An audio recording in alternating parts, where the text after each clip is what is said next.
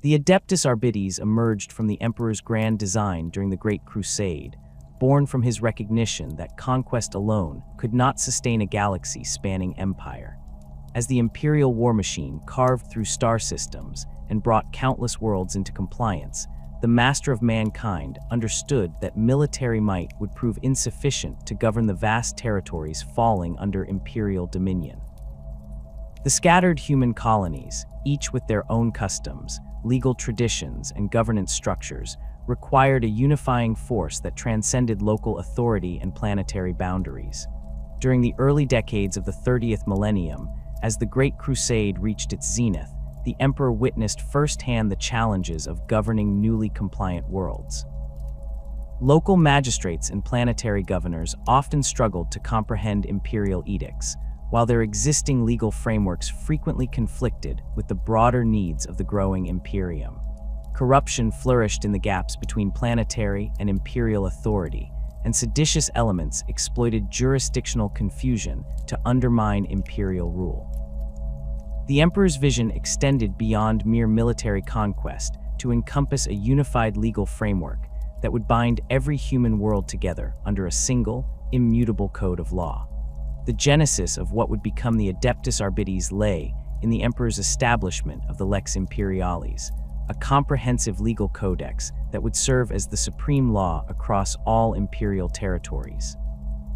This monumental work encompassed not merely criminal statutes, but the fundamental principles governing imperial citizenship, trade regulations, taxation, military service obligations, and the relationship between planetary governments and the Imperium itself. The Lex Imperialis represented the Emperor's attempt to create legal unity from the chaos of human diversity, establishing common standards that would apply equally whether on the hive worlds of the Sol system or the frontier colonies at the galaxy's edge. The enforcement of this supreme legal code demanded an organization equally unified in purpose and authority. The Emperor could not rely upon local enforcement agencies, whose loyalty remained tied to planetary hierarchies and whose understanding of imperial law often proved inadequate. Instead, he envisioned a force of law enforcers who would answer directly to Terra, trained specifically in imperial jurisprudence and equipped with the authority to override local legal traditions when they conflicted with imperial mandates. These enforcers would become the Adeptus Arbites, the living embodiment of imperial justice.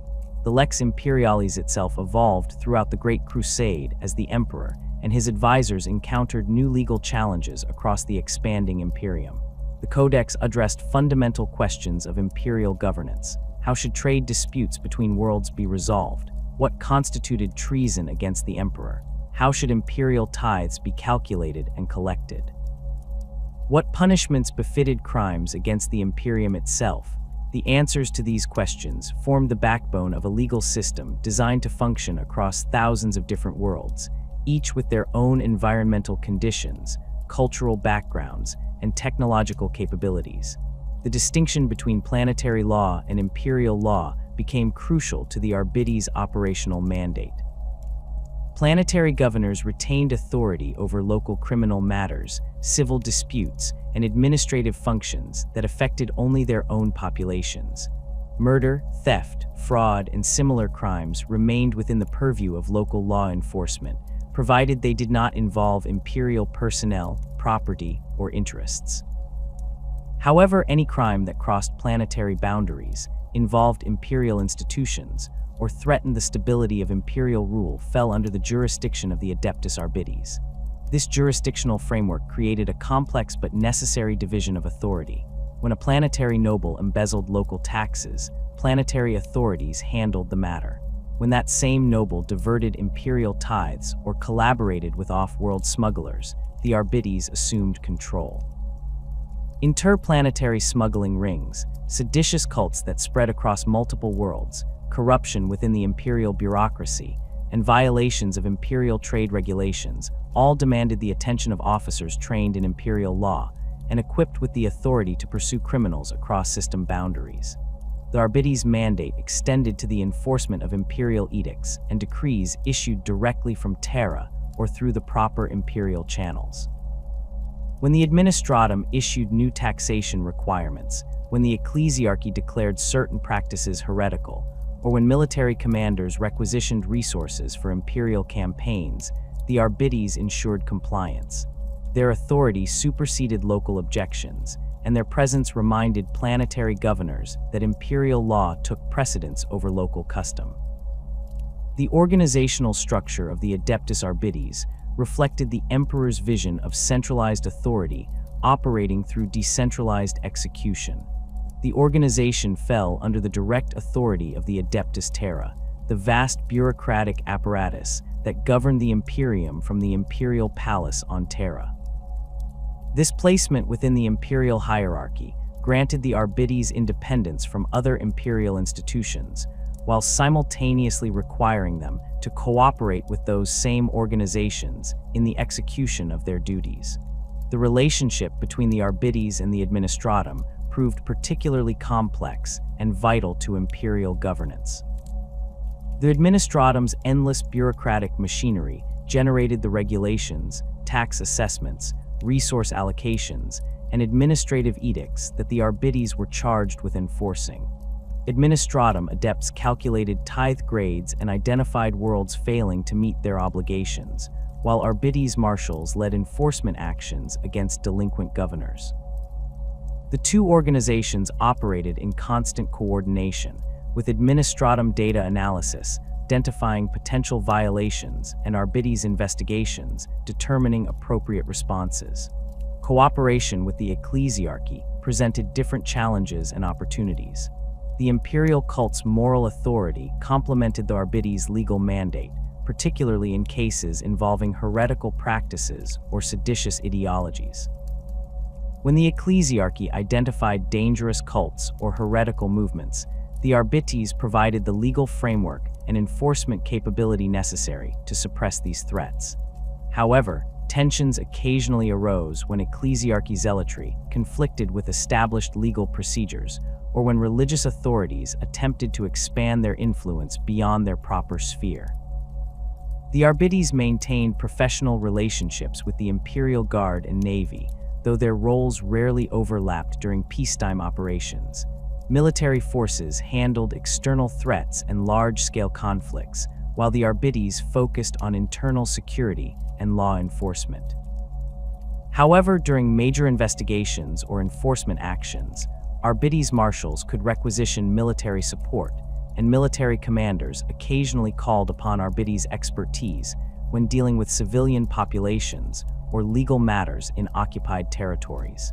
The independence of the Adeptus Arbites from local planetary authorities represented one of the Emperor's most significant innovations in imperial governance. Unlike local law enforcement agencies, which answered to planetary governors and operated within local legal frameworks, the Arbites reported directly to Terra through the Adeptus Terra hierarchy. This independence protected them from local political pressures and corruption, while ensuring their loyalty remained focused on imperial rather than planetary interests. Arbites training emphasized this independence from the earliest stages of recruitment. Candidates underwent extensive indoctrination in imperial law, imperial history, and imperial loyalty, often spending years studying the intricacies of the Lex Imperialis before receiving their first field assignments. This education created officers who thought in terms of imperial rather than local interests, who understood the broader implications of their decisions, and who possessed the legal knowledge necessary to navigate complex jurisdictional questions. The physical presence of the Arbites reinforced their authority and independence. Their distinctive black carapace armor, adorned with imperial eagles and legal symbols, marked them as representatives of imperial rather than local authority. Their weapons and equipment bore imperial rather than planetary markings, and their fortified precincts served as visible reminders of imperial presence on every significant world. These precincts operated as extraterritorial imperial facilities, immune from local interference, and equipped with communication systems that connected directly to Terra. The Arbites' authority to investigate and prosecute crimes involving imperial personnel or property created a crucial check on potential abuse of imperial power. Corrupt imperial officials, whether administratum adepts skimming tithes or military officers selling imperial supplies, faced investigation and prosecution by an organization answerable only to Terra. This internal policing function helped maintain the integrity of imperial institutions and provided a mechanism for addressing corruption that might otherwise undermine imperial authority.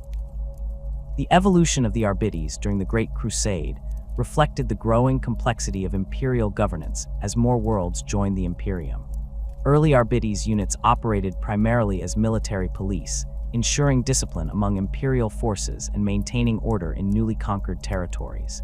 As the Imperium stabilized and civilian governance structures developed, the Arbites' role shifted toward the enforcement of imperial law and the investigation of crimes affecting imperial interests. The challenges faced by the early Arbites shaped the organization's development and operational procedures. Investigating crimes across multiple star systems required new techniques and technologies, while prosecuting cases involving defendants from different cultural backgrounds demanded flexible approaches to imperial law. The Arbites developed standardized procedures for evidence collection, witness testimony, and legal proceedings that could function regardless of local customs or technological capabilities. The fortress precincts of the Adeptus Arbites stand as monuments to imperial authority, their imposing silhouettes dominating skylines across countless worlds throughout the galaxy. These structures represent far more than mere administrative buildings or detention facilities. They embody the Emperor's vision of unwavering law enforcement, designed to project imperial power while serving as impregnable bastions against criminal elements and seditious forces. Every fortress precinct follows architectural principles established during the Great Crusade, refined through millennia of practical experience, and adapted to local conditions while maintaining their essential character as symbols of imperial justice. The design philosophy underlying these fortress precincts draws heavily from both practical defensive requirements and psychological warfare principles. The Emperor's architects understood that law enforcement effectiveness depended not merely on the capabilities of individual arbitrators, but on the perception of imperial authority among the general population. A fortress precinct must inspire respect among law-abiding citizens, while simultaneously demonstrating to potential criminals the futility of resistance against imperial justice. This dual purpose shaped every aspect of their design, from the massive blast doors that serve as main entrances to the towering communication spires that reach toward the heavens like accusatory fingers.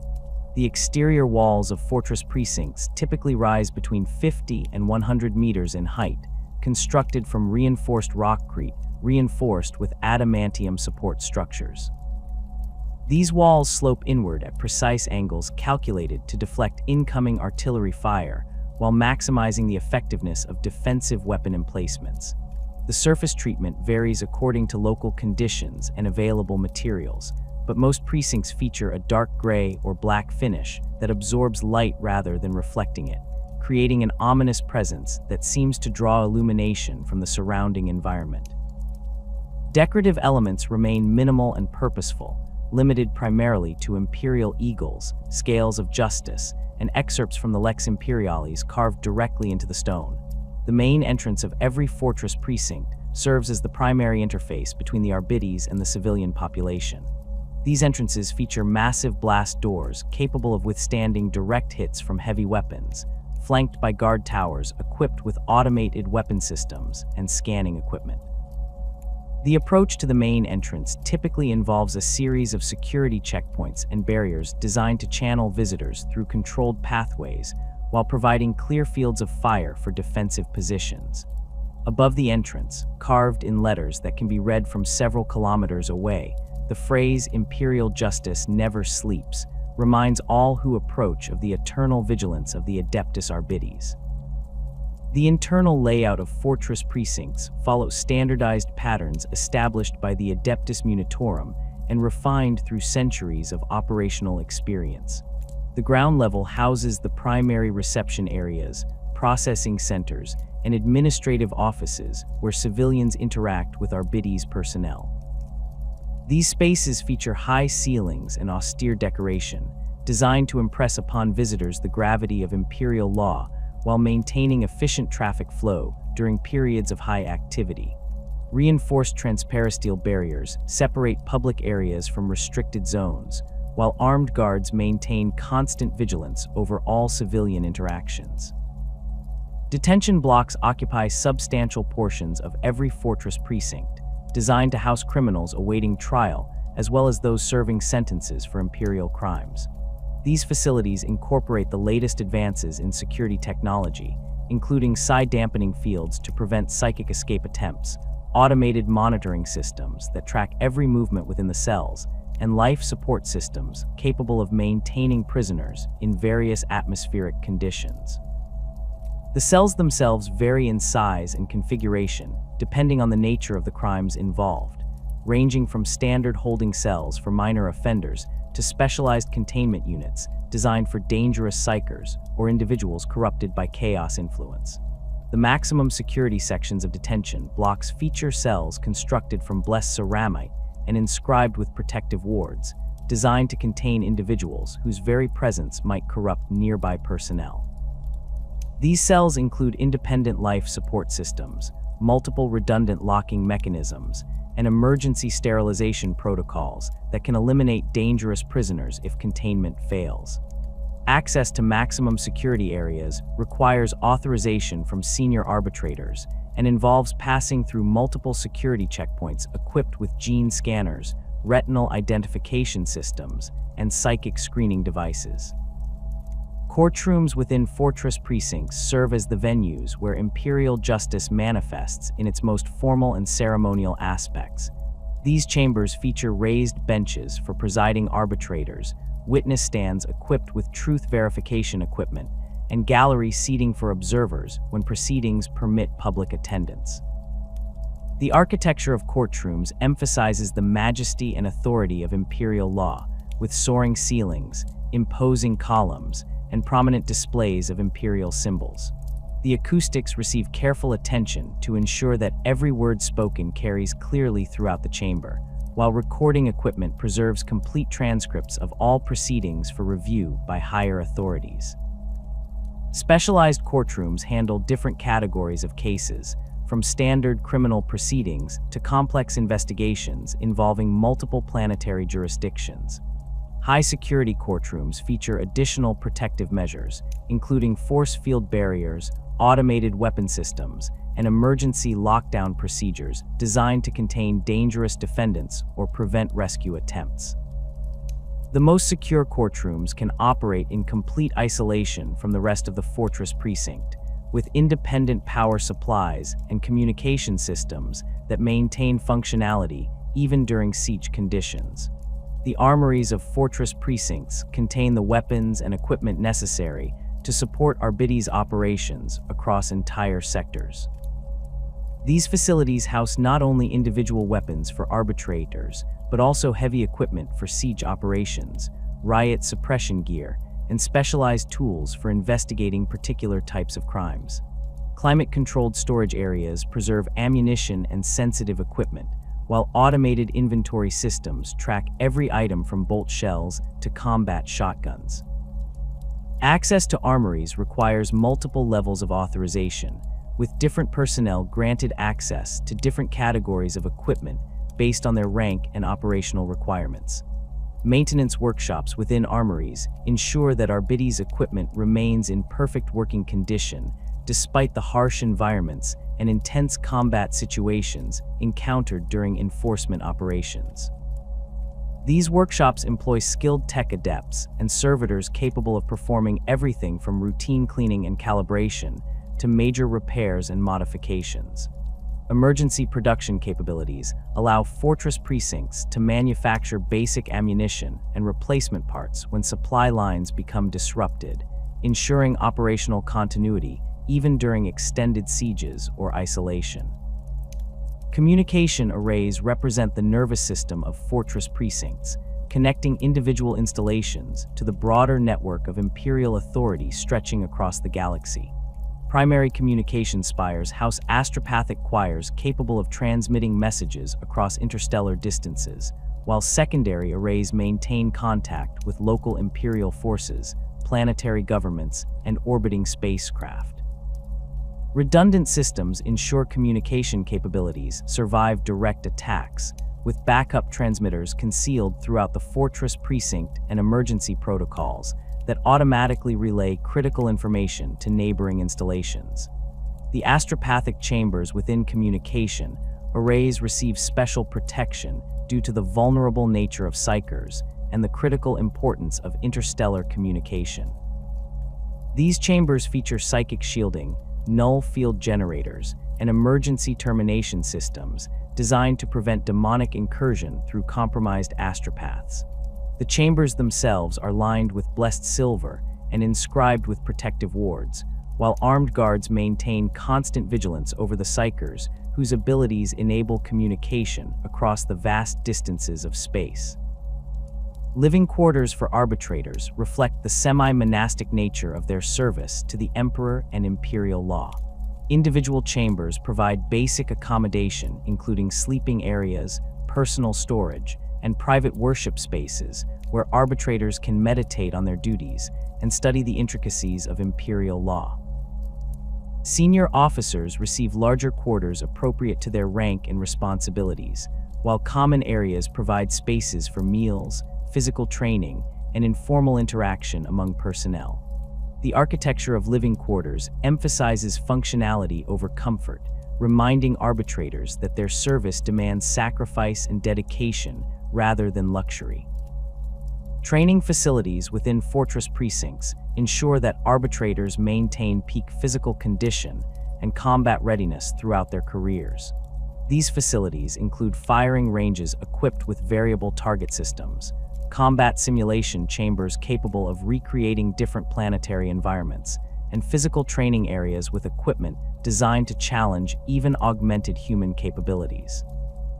Specialized training areas allow arbitrators to practice specific skills such as riot suppression, siege warfare, and investigation techniques, while virtual reality systems provide experience with scenarios too dangerous or expensive to recreate physically. The strategic placement of fortress precincts across Imperial worlds follows careful analysis of population distributions, transportation networks, and potential threat vectors. Most fortress precincts occupy positions that allow rapid response to major population centers while maintaining defensible positions that can withstand siege warfare. Urban installations often occupy elevated positions that provide commanding views of surrounding areas, while rural precincts control critical transportation choke points such as spaceports, major highways, or river crossings. The response time calculations that determine fortress precinct placement take into account not only ground-based transportation, but also air support capabilities and orbital insertion techniques. Each fortress precinct maintains detailed response protocols that specify deployment procedures for different types of incidents, from individual criminal investigations to large-scale civil unrest. These protocols include coordination procedures with local Imperial forces, evacuation routes for civilian populations, and contingency plans for scenarios ranging from natural disasters to full-scale rebellion. Defensive capabilities of fortress precincts rival those of military installations, reflecting the reality that Arbites operations often face organized resistance from well-equipped criminal organizations or seditious movements. Void shield generators protect against orbital bombardment and heavy artillery, their energy barriers flickering with barely contained power that can deflect everything from las cannon blasts to plasma warheads. The void shields operate in overlapping patterns that eliminate weak points while allowing defensive weapons to fire through carefully timed gaps in the energy barriers. Automated weapon systems provide continuous defensive coverage without requiring human operators who might be corrupted, overwhelmed, or simply unavailable during critical moments. These systems include anti-aircraft batteries capable of engaging everything from individual aircraft to orbital dropships, point defense systems designed to intercept incoming missiles and artillery shells, and automated heavy bolter turrets that can sweep entire approaches clear of infantry attacks. Machine spirits guide these weapons with programmed loyalty that cannot be subverted by bribery or intimidation, while redundant targeting systems ensure continued operation even when primary sensors suffer damage. The siege-resistant construction methods employed in fortress precincts incorporate lessons learned from conflicts throughout Imperial history. Foundation systems extend deep into planetary bedrock, anchored with adamantium pylons that prevent undermining attempts while providing stable platforms for heavy defensive weapons. Internal compartmentalization ensures that damage to one section does not compromise the entire facility, while redundant life support systems maintain habitability even when primary systems fail. Emergency supplies include food, water, ammunition, and medical supplies sufficient to sustain full garrison strength for extended periods without outside support. Fortress precincts also incorporate advanced detection systems designed to identify threats before they reach the perimeter. Seismic sensors detect underground tunneling attempts, while atmospheric analyzers identify chemical or biological weapons before they can affect personnel.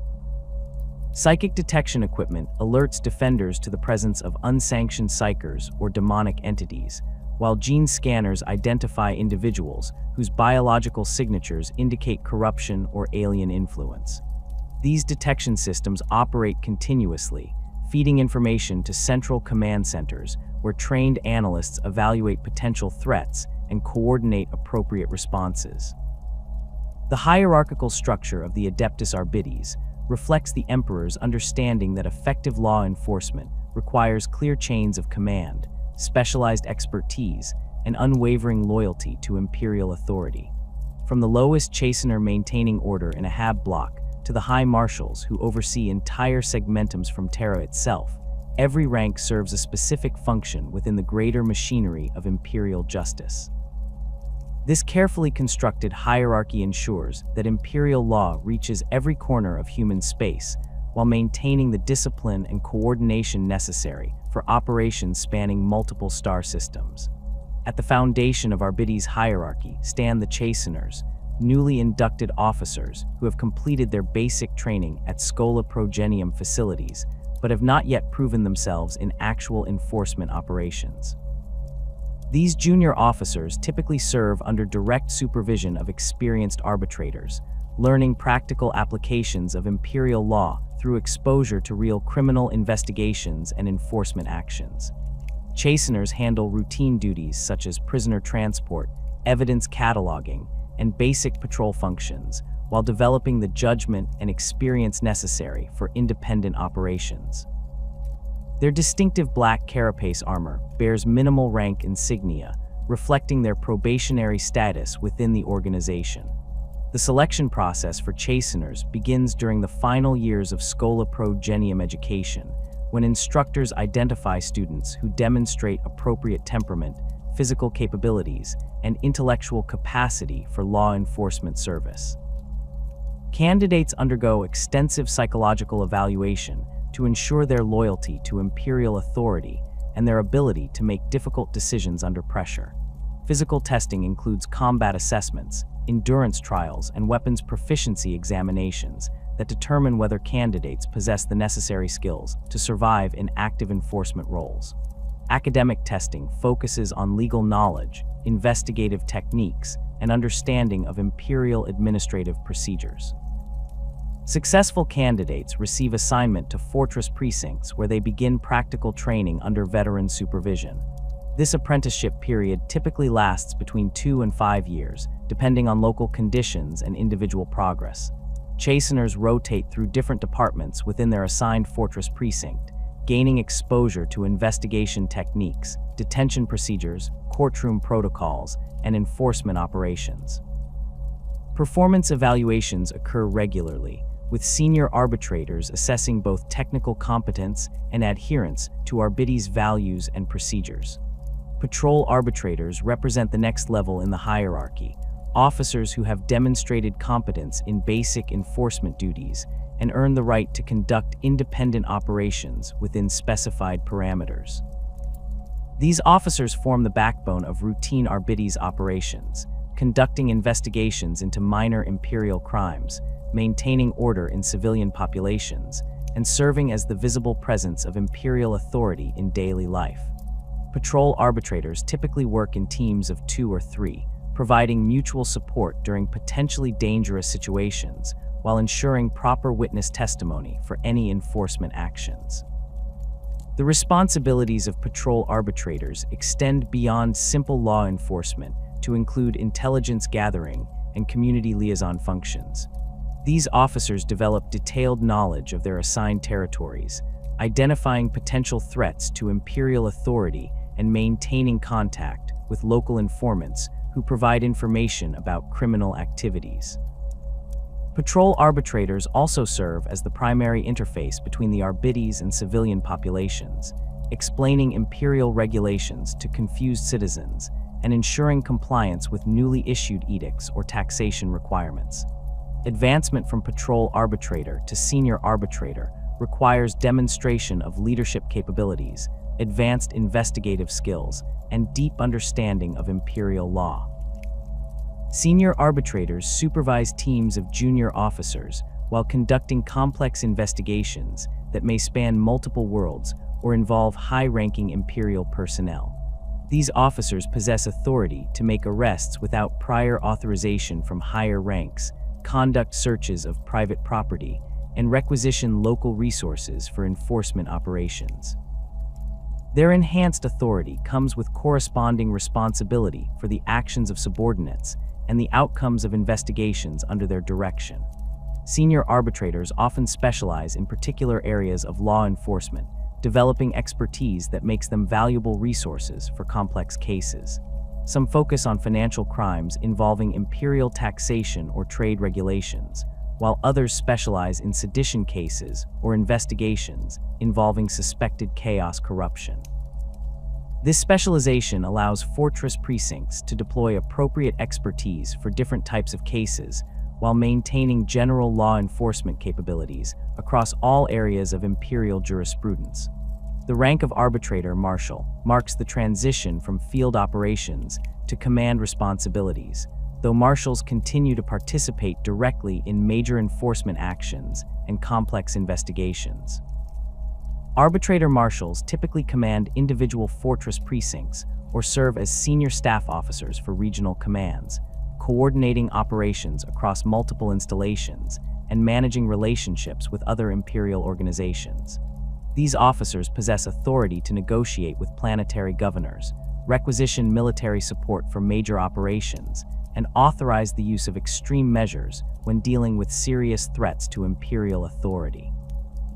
Arbitrator marshals undergo additional training in strategic planning, resource management, and inter-organizational coordination before assuming their positions.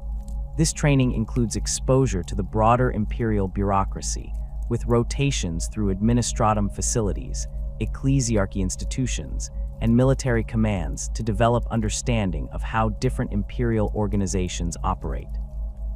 The political skills required at this level differ significantly from the investigative and enforcement capabilities needed at lower ranks, requiring officers to balance competing interests while maintaining focus on their primary mission of law enforcement.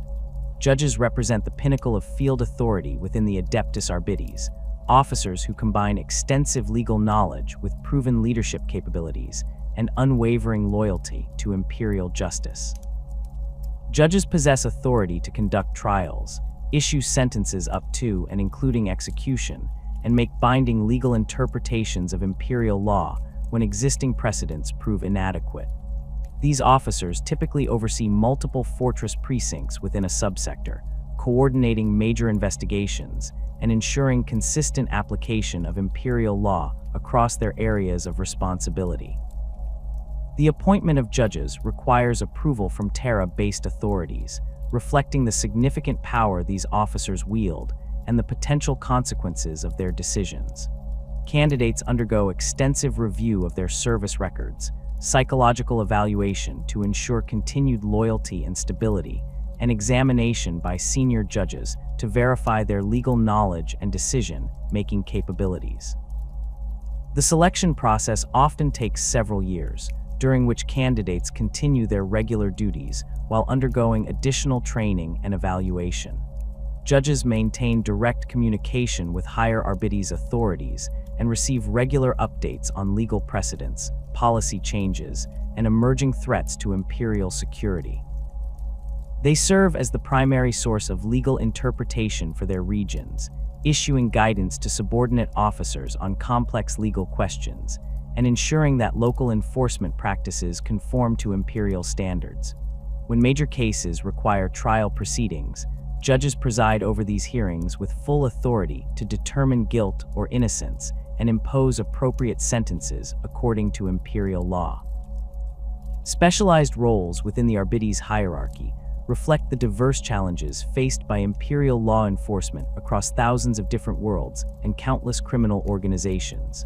Cyber Mastiff handlers form elite units responsible for tracking fugitives, detecting contraband, and providing security during high-risk operations. These officers undergo extensive training in animal handling, scent tracking, and combat operations alongside their augmented canine partners. The Cyber Mastiffs themselves represent significant investments in time and resources, with each animal receiving extensive cybernetic enhancements that improve their natural abilities while providing direct neural links to their handlers. The selection process for Cyber Mastiff handlers emphasizes psychological compatibility with both animals and cybernetic systems, as handlers must maintain emotional bonds with their partners while managing complex technological interfaces. Training programs last approximately 3 years, during which candidates learn animal psychology, cybernetic maintenance procedures, and specialized tactical techniques that leverage the unique capabilities of human Mastiff teams. Successful handlers develop almost telepathic communication with their partners, enabling coordinated operations that would be impossible for purely human teams. Riot suppression teams represent another specialized branch within the Arbites hierarchy, officers trained and equipped specifically for crowd control and civil disorder situations. These units employ specialized weapons including shock mauls, riot shields, and non-lethal gas dispensers designed to incapacitate large numbers of civilians without causing permanent injury. Riot suppression officers receive extensive training in crowd psychology, formation tactics, and de-escalation techniques that can prevent minor disturbances from developing into full-scale rebellions. The equipment used by riot suppression teams includes advanced protective gear capable of withstanding improvised weapons and thrown objects, while communication systems enable real-time coordination between team members during chaotic situations. Specialized vehicles provide mobile platforms for crowd control operations, equipped with water cannons, sonic disruptors, and barrier deployment systems. These teams train regularly with local Imperial Guard units to ensure seamless coordination when civil unrest escalates beyond the capabilities of purely law enforcement responses. Investigation units within the Arbites structure focus on complex criminal cases that require specialized detective skills and advanced analytical capabilities. These officers receive training in forensic analysis, interrogation techniques, and evidence preservation procedures that enable them to build cases against sophisticated criminal organizations.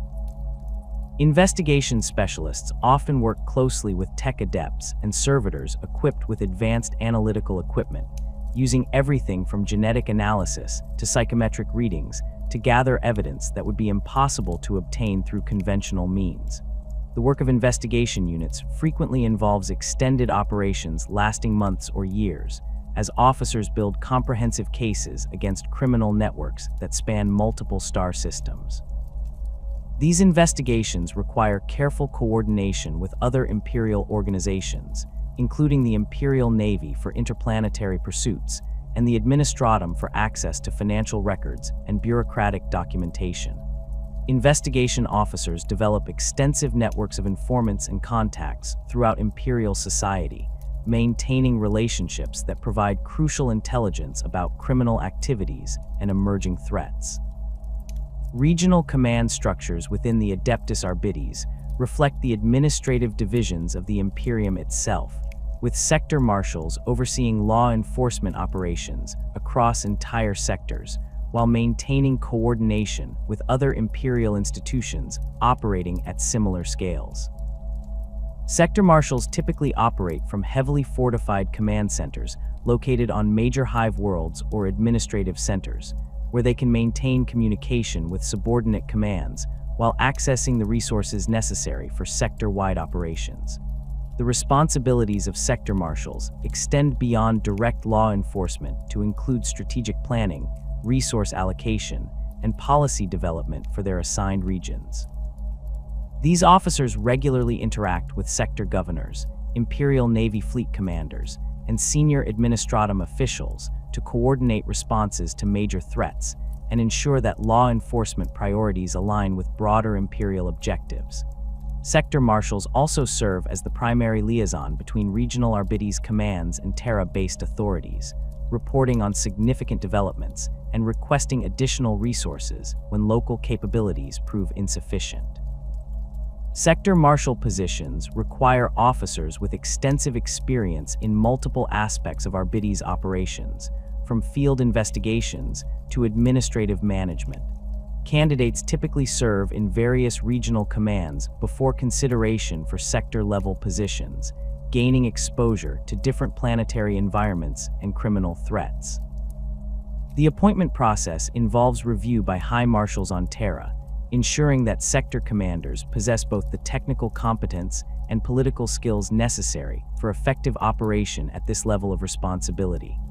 The ultimate authority within the Adeptus Arbites rests with the High Marshals, senior officers who oversee the organization from Terra itself while maintaining direct communication with the highest levels of Imperial government.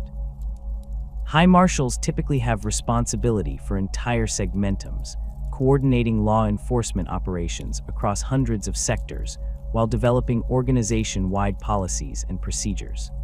These officers serve as the primary representatives of the Adeptus Arbites within the broader Imperial hierarchy, participating in high-level strategic planning and ensuring that law enforcement priorities support overall Imperial objectives.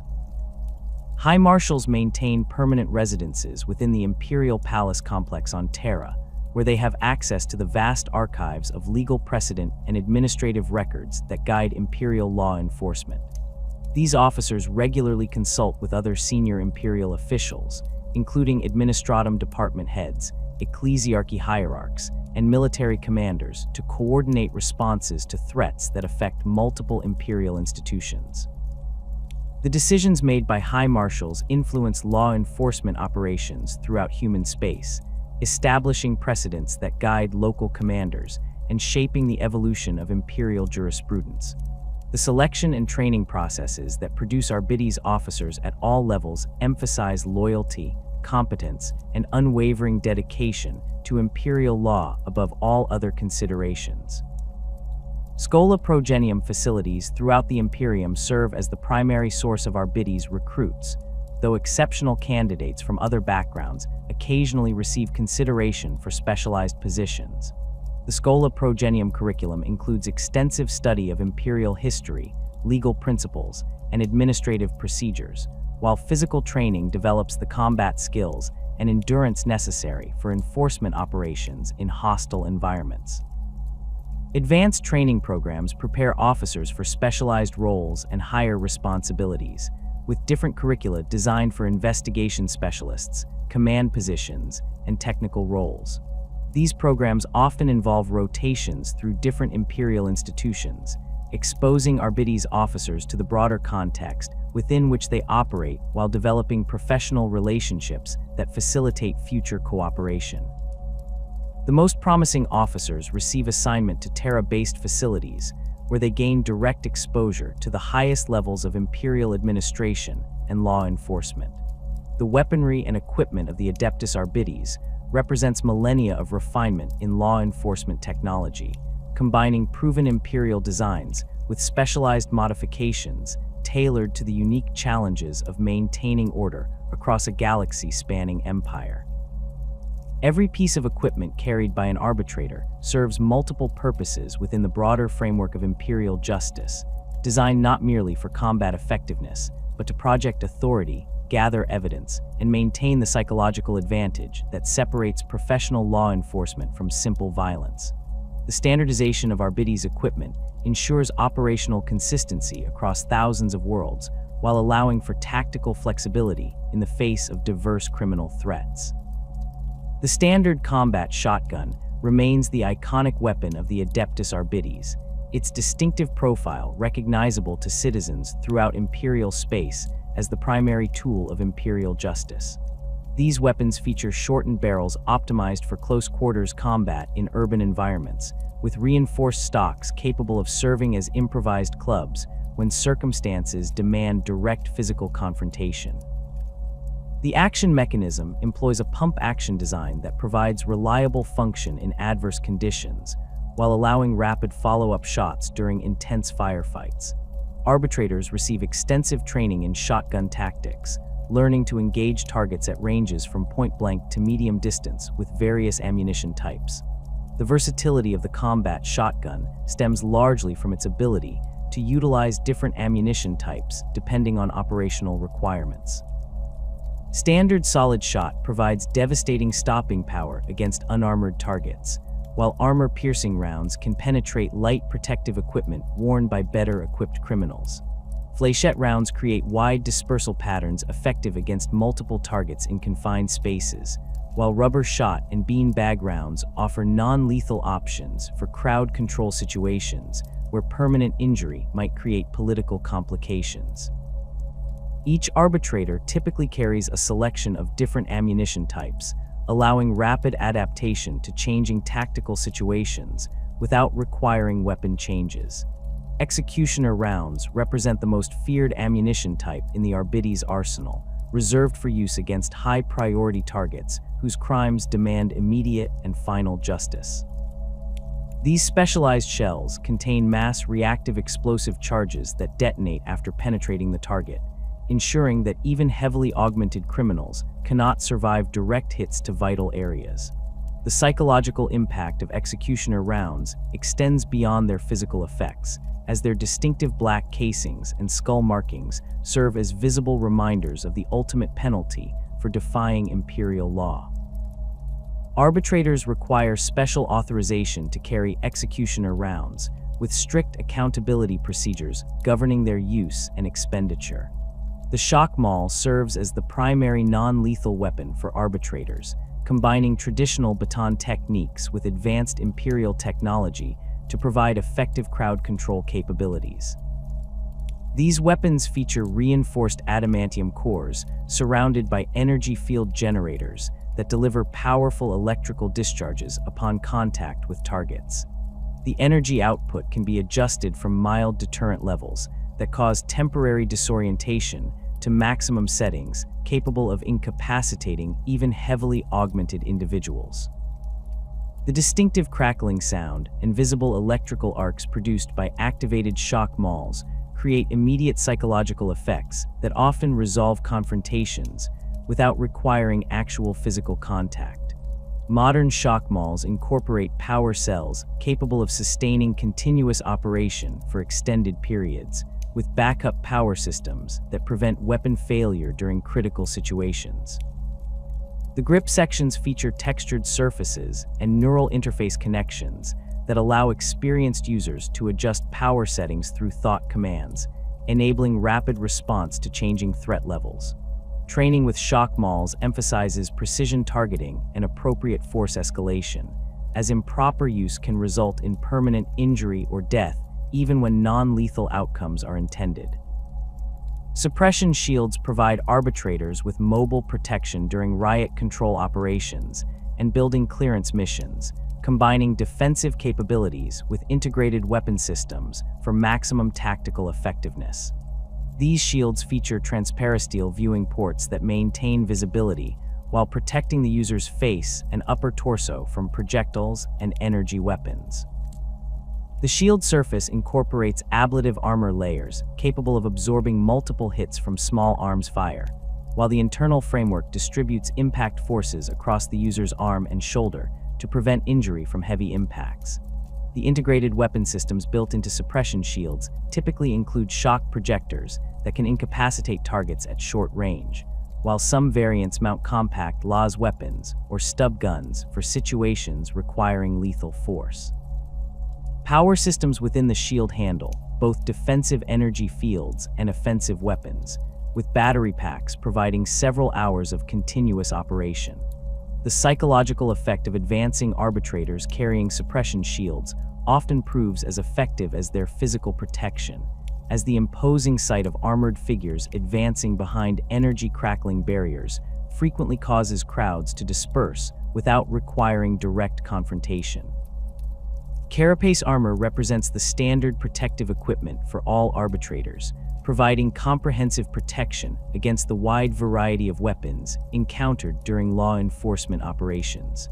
The armor consists of overlapping plates of blessed ceramite and plasteel, designed to deflect or absorb impacts from everything from improvised weapons to military-grade small arms. The distinctive black coloration serves both practical and psychological purposes, reducing visibility during night operations while projecting an intimidating presence that reinforces Arbites' authority. Imperial eagles and scales of justice adorn the chest plates, while rank insignia and unit markings identify individual officers and their areas of responsibility. The modular design of Arbites' carapace armor allows customization for different operational roles and environmental conditions. Standard patrol configurations emphasize mobility and comfort for extended wear, while assault variants include additional armor plates and integrated weapon systems for high-threat operations. Environmental seals and filtration systems protect against chemical weapons and toxic atmospheres, while built-in communication systems maintain contact with other team members and command centers. Power systems within the armor support various electronic components including targeting aids, sensor equipment, and medical monitoring devices that track the wearer's vital signs. Web guns provide arbitrators with specialized capture capabilities for situations requiring live prisoners or when lethal force might endanger bystanders. These weapons fire tangled masses of synthetic webbing that expand upon impact, entangling targets and rendering them immobile without causing permanent injury. The webbing material incorporates molecular bonding agents that make it extremely difficult to cut or tear, while time-release chemicals cause the bonds to weaken after several hours to prevent accidental suffocation. Web guns prove particularly effective against suspects attempting to flee through crowded areas where traditional weapons might cause collateral damage. The ammunition for web guns comes in several variants designed for different tactical situations. Standard web rounds provide basic entanglement capabilities suitable for most suspects, while heavy-duty versions can immobilize even augmented individuals or small vehicles. Electrified web rounds combine entanglement with electrical stunning effects, ensuring that captured targets remain unconscious during transport and processing. Specialized rounds include marker chemicals that make escaped suspects easier to track, while emergency variants conceal breaches in spacecraft hulls or create temporary barriers during defensive operations. Pacification devices encompass a wide range of non-lethal weapons designed to control civilian populations without causing permanent harm or creating martyrs for seditious movements. Sonic disruptors generate focused sound waves that cause disorientation and temporary hearing loss, effectively dispersing crowds while avoiding the political complications associated with visible injuries. Neural scramblers emit electromagnetic pulses that interfere with nervous system function, causing temporary paralysis without permanent damage. Gas dispensers release various chemical agents ranging from simple tear gas to sophisticated compounds that induce temporary amnesia or euphoria. The selection and deployment of pacification devices requires careful consideration of local political conditions and potential long-term consequences. Some planetary governments view certain non-lethal weapons as more threatening than conventional firearms, particularly neural scramblers and memory-affecting chemicals that might be perceived as mind control devices. Arbitrators receive extensive training in the appropriate use of pacification equipment, learning to assess crowd dynamics and select the most effective methods for achieving compliance while minimizing political backlash. Rhino armored personnel carriers serve as the primary transport vehicles for arbitrator teams, providing protected mobility and mobile command capabilities during major operations. These vehicles feature the same basic chassis used by Imperial Guard and Space Marine forces, modified with specialized equipment for law enforcement applications. The passenger compartment accommodates a full squad of arbitrators with their equipment, while additional storage areas house riot control gear, investigation equipment, and emergency medical supplies. Communication arrays maintain contact with fortress precincts and other Imperial forces, while sensor systems provide real-time intelligence about local conditions. The armament of Arbites Rhinos typically emphasizes crowd control and area denial rather than anti-armor capabilities, though heavy weapons remain available for situations involving organized resistance.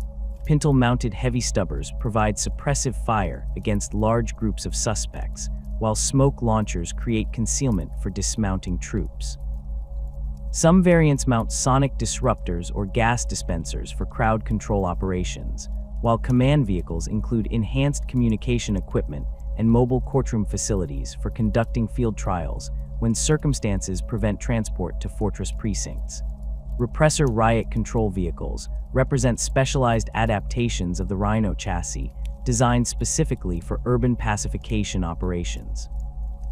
These vehicles feature enhanced armor protection against improvised weapons and explosive devices commonly encountered during civil unrest, while specialized suspension systems provide stability when deploying crowd control equipment.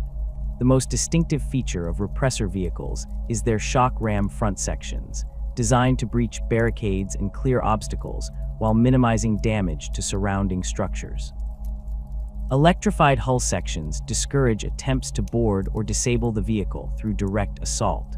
The weapon systems mounted on repressor vehicles focus entirely on non-lethal crowd control capabilities, including water cannons capable of dispersing large crowds, foam dispensers that create slippery surfaces to prevent organized charges, and barrier deployment systems that can quickly establish perimeters around trouble areas. Some variants include prisoner transport capabilities with secure holding cells, allowing immediate detention of ringleaders and agitators without requiring separate transport vehicles. The psychological impact of repressor vehicles often proves as effective as their physical capabilities, as their imposing presence and obvious crowd control modifications frequently cause dispersal before direct intervention becomes necessary. Arvis lighters provide rapid deployment capabilities for arbitrator teams, particularly in situations requiring immediate response across large distances or difficult terrain. These aircraft feature vertical takeoff and landing capabilities that allow operation from fortress precinct landing pads or improvised sites near incident locations. The passenger compartment accommodates a full squad with equipment, while external hardpoints can mount additional supplies or specialized equipment depending on mission requirements. Stealth modifications reduce sensor signatures and noise levels, enabling covert insertions when surprise proves tactically advantageous. The versatility of Arvis lighters makes them invaluable for operations ranging from routine prisoner transport to emergency response during natural disasters or terrorist attacks. Medical evacuation variants include life support equipment and surgical facilities for treating injured personnel, while command variants provide mobile coordination centers for complex operations involving multiple agencies. Some lighters receive modifications for specific environmental conditions, including sealed atmospheric systems for operations on hostile worlds and enhanced armor for deployment in active combat zones. Cyber Mastiffs represent one of the most sophisticated pieces of equipment employed by the Adeptus Arbites, combining enhanced biological capabilities with advanced cybernetic systems to create tracking and combat companions unmatched by purely mechanical or biological alternatives. The creation process begins with carefully selected canine specimens chosen for intelligence, loyalty, and physical characteristics suitable for law enforcement applications. Genetic screening eliminates hereditary defects while identifying individuals with exceptional sensory capabilities and trainability factors that predict success in cybernetic enhancement procedures. The cybernetic augmentation process transforms ordinary canines into formidable law enforcement tools while preserving the natural instincts and emotional bonds that make them effective partners for human handlers. Sensory enhancements include olfactory amplifiers that increase scent detection capabilities by several orders of magnitude, allowing cyber mastiffs to track suspects across urban environments where natural scents would be overwhelmed by industrial pollution and human activity. Auditory enhancements provide frequency ranges beyond normal canine hearing, enabling detection of electronic devices and communication equipment that might indicate criminal activity. Physical augmentations focus on durability and combat effectiveness while maintaining the natural agility and speed that make canines superior to mechanical alternatives in many situations. Reinforced skeletal structures support increased muscle mass and provide protection against small arms fire, while subcutaneous armor plating protects vital organs without significantly impacting mobility. Neural interface systems allow direct communication between cyber mastiffs and their handlers, enabling complex tactical coordination that would be impossible with voice commands alone. The tactical applications of cyber mastiffs extend far beyond simple tracking and detection roles to encompass active combat support and specialized investigation techniques. During building clearance operations, cyber mastiffs can detect concealed suspects through enhanced senses while providing early warning of booby traps and ambush positions. Their small size and natural agility allow access to areas too dangerous or confined for human personnel, while their enhanced durability enables operation in environments that would incapacitate unaugmented animals. Training programs for cyber mastiff teams emphasize the development of seamless cooperation between human and canine partners, with handlers learning to interpret and respond to information provided through neural links, while cyber mastiffs develop understanding of complex tactical situations and appropriate responses. The bonding process typically requires several months of intensive interaction, during which handlers and their partners develop the trust and communication necessary for effective operation in high-stress situations. Successful teams often develop almost telepathic coordination that allows rapid adaptation to changing circumstances without requiring explicit commands. The maintenance requirements for cyber mastiffs combine veterinary care with technical support, requiring specialized facilities and personnel trained in both biological and mechanical systems. Regular medical examinations monitor the integration between cybernetic components and biological systems, while software updates ensure that electronic systems remain compatible with evolving tactical requirements. The lifespan of cyber mastiffs typically exceeds that of unaugmented animals due to medical monitoring and cybernetic life support systems, though the emotional bonds formed with handlers often make retirement decisions particularly difficult for both partners. The Lex Imperialis stands as the supreme legal codex of the Imperium, a monumental work that transcends planetary boundaries and local customs to establish unified standards of justice across the galaxy. This comprehensive legal framework emerged from the Emperor's recognition that military conquest alone could not sustain a galactic empire, requiring instead a common foundation of law that would bind together countless human worlds under a single, immutable system of justice. The Codex addresses every aspect of imperial governance, from the fundamental rights and obligations of citizenship to the complex regulations governing interplanetary commerce, taxation, and military service. The core tenets of imperial law rest upon three fundamental principles that form the bedrock of all legal interpretation and enforcement throughout human space. The first and most sacred principle demands absolute loyalty to the Emperor as the supreme authority over all human affairs, recognizing his divine mandate to rule and his infinite wisdom in establishing the laws that govern imperial society. This loyalty extends beyond mere obedience to encompass active support for imperial institutions, cooperation with lawful authorities, and the duty to report seditious activities that threaten the stability of imperial rule. Citizens who demonstrate unwavering loyalty receive protection under imperial law, while those who betray this fundamental obligation face the full weight of imperial justice. The second principle requires the identification and punishment of heresy in all its manifestations, recognizing that corruption of human souls poses the greatest threat to imperial survival. Heretical beliefs, whether they involve worship of false gods, rejection of imperial authority, or acceptance of alien influence, represent fundamental violations of human nature that demand immediate and decisive response. The definition of heresy encompasses not merely active worship of chaos entities, but any deviation from approved imperial doctrine that might weaken human resistance to corruption. Citizens bear responsibility for monitoring their own thoughts and actions while reporting suspicious behavior among their neighbors and colleagues.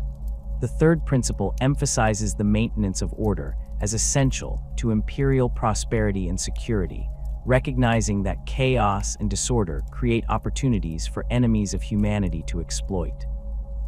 This principle encompasses everything from basic civil obedience to complex regulations governing trade, transportation, and communication between worlds. Order requires not merely the absence of criminal activity, but the positive cooperation of all citizens in supporting imperial institutions and maintaining the social structures that enable effective governance across vast distances and diverse populations.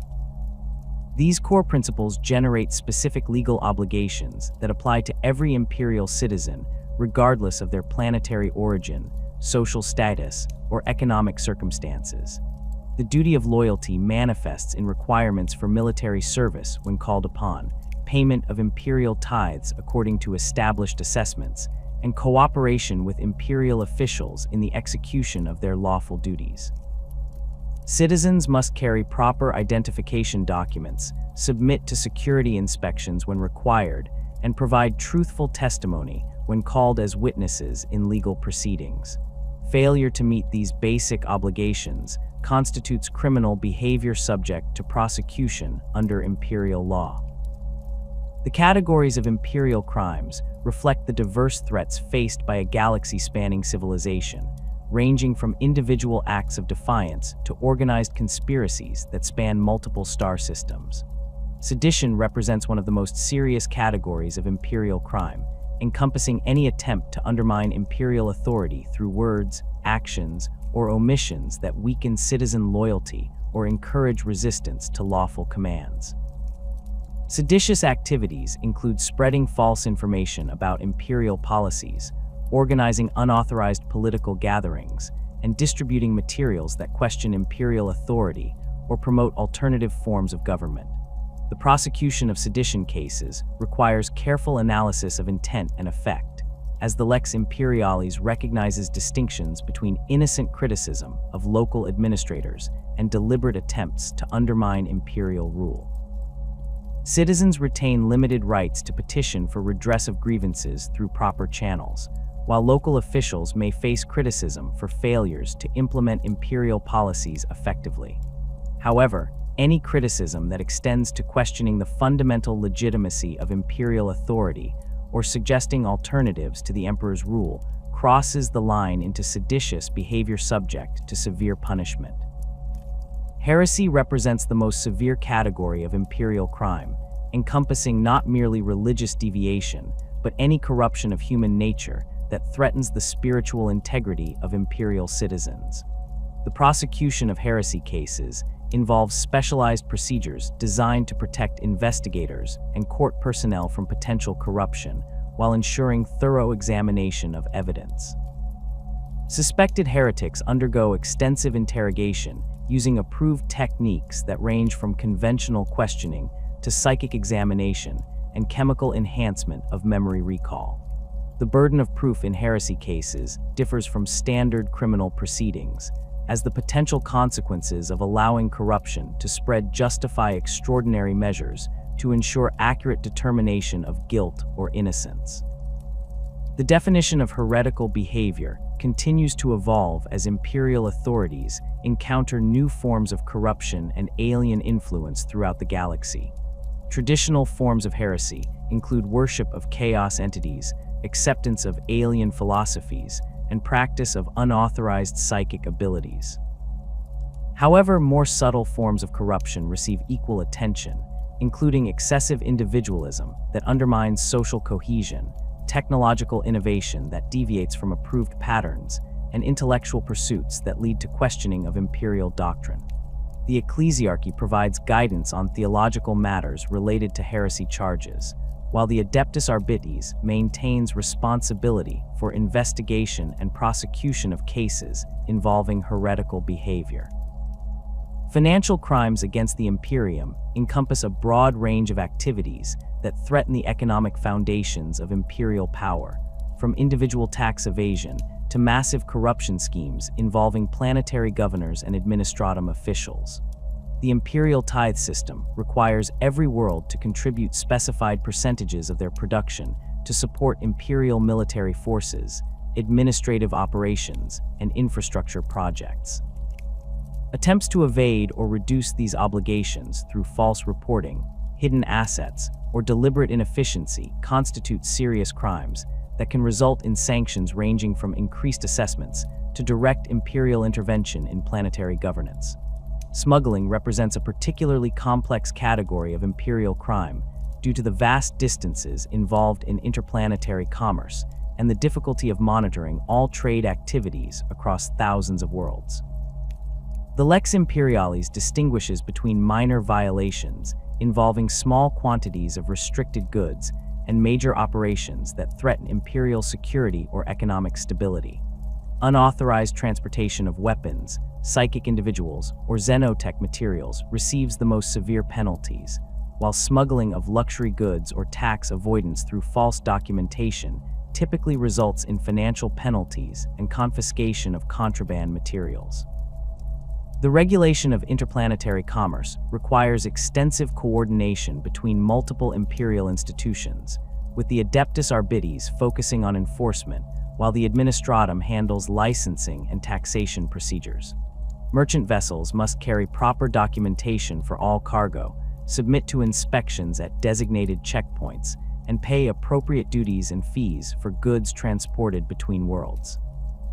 The complexity of these regulations creates opportunities for both innocent mistakes and deliberate violations, requiring arbitrators to exercise judgment in determining appropriate responses to discovered infractions. Corruption within imperial institutions represents a particularly serious threat to effective governance, as it undermines citizen confidence while providing opportunities for enemies of the Imperium to exploit weaknesses in administrative systems. The Lex Imperialis establishes strict standards for imperial personnel, prohibiting acceptance of unauthorized gifts, use of official position for personal gain, and failure to report known violations of imperial law. The investigation of corruption cases often requires cooperation between multiple agencies, as corrupt officials typically attempt to conceal their activities through complex schemes involving false documentation and collusion with criminal organizations.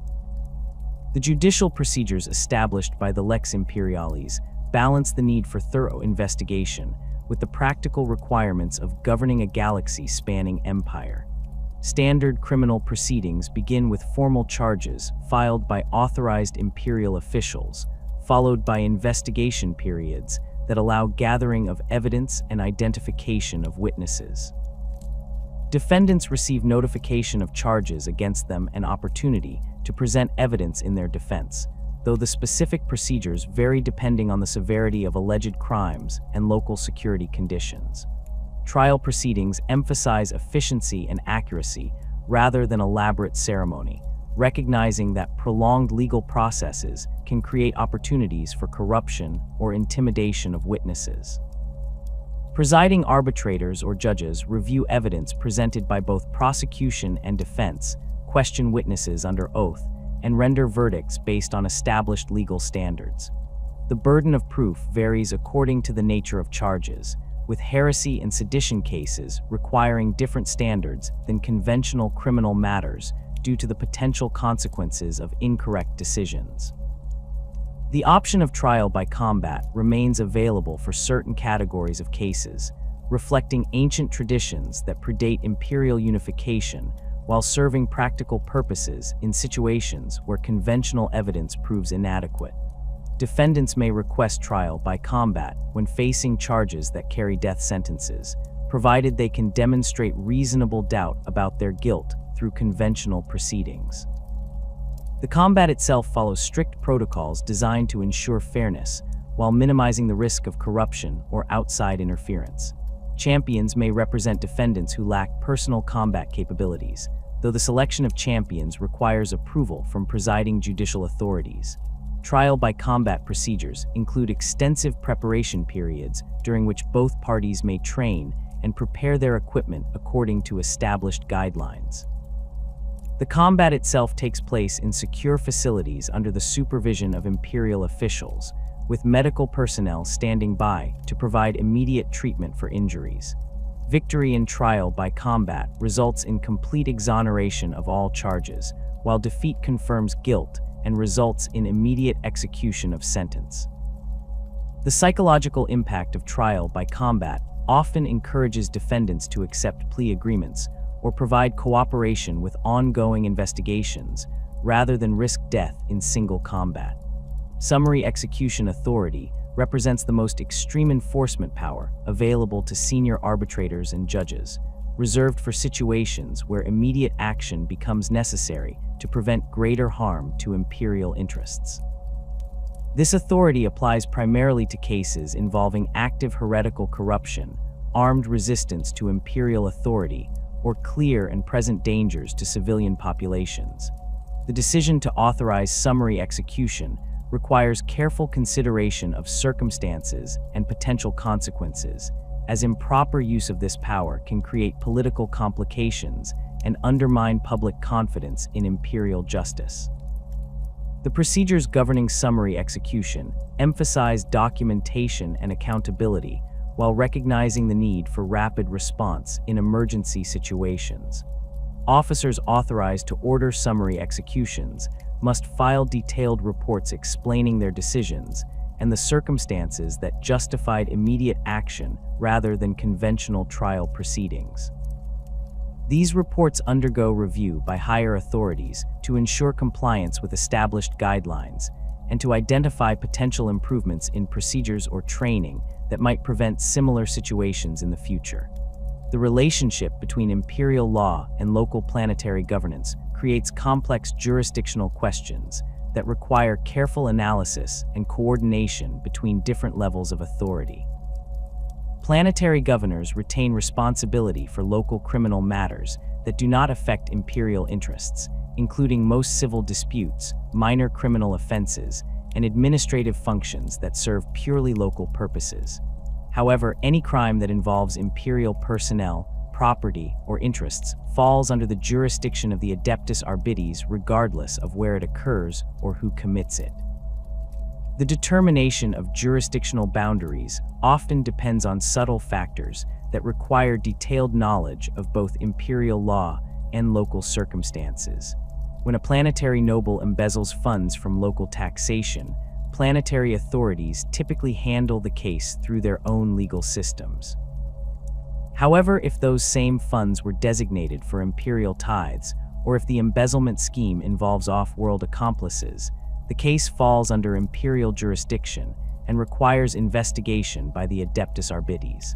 The complexity of modern commerce and administration creates frequent situations where crimes affect both local and imperial interests, requiring coordination between different legal systems.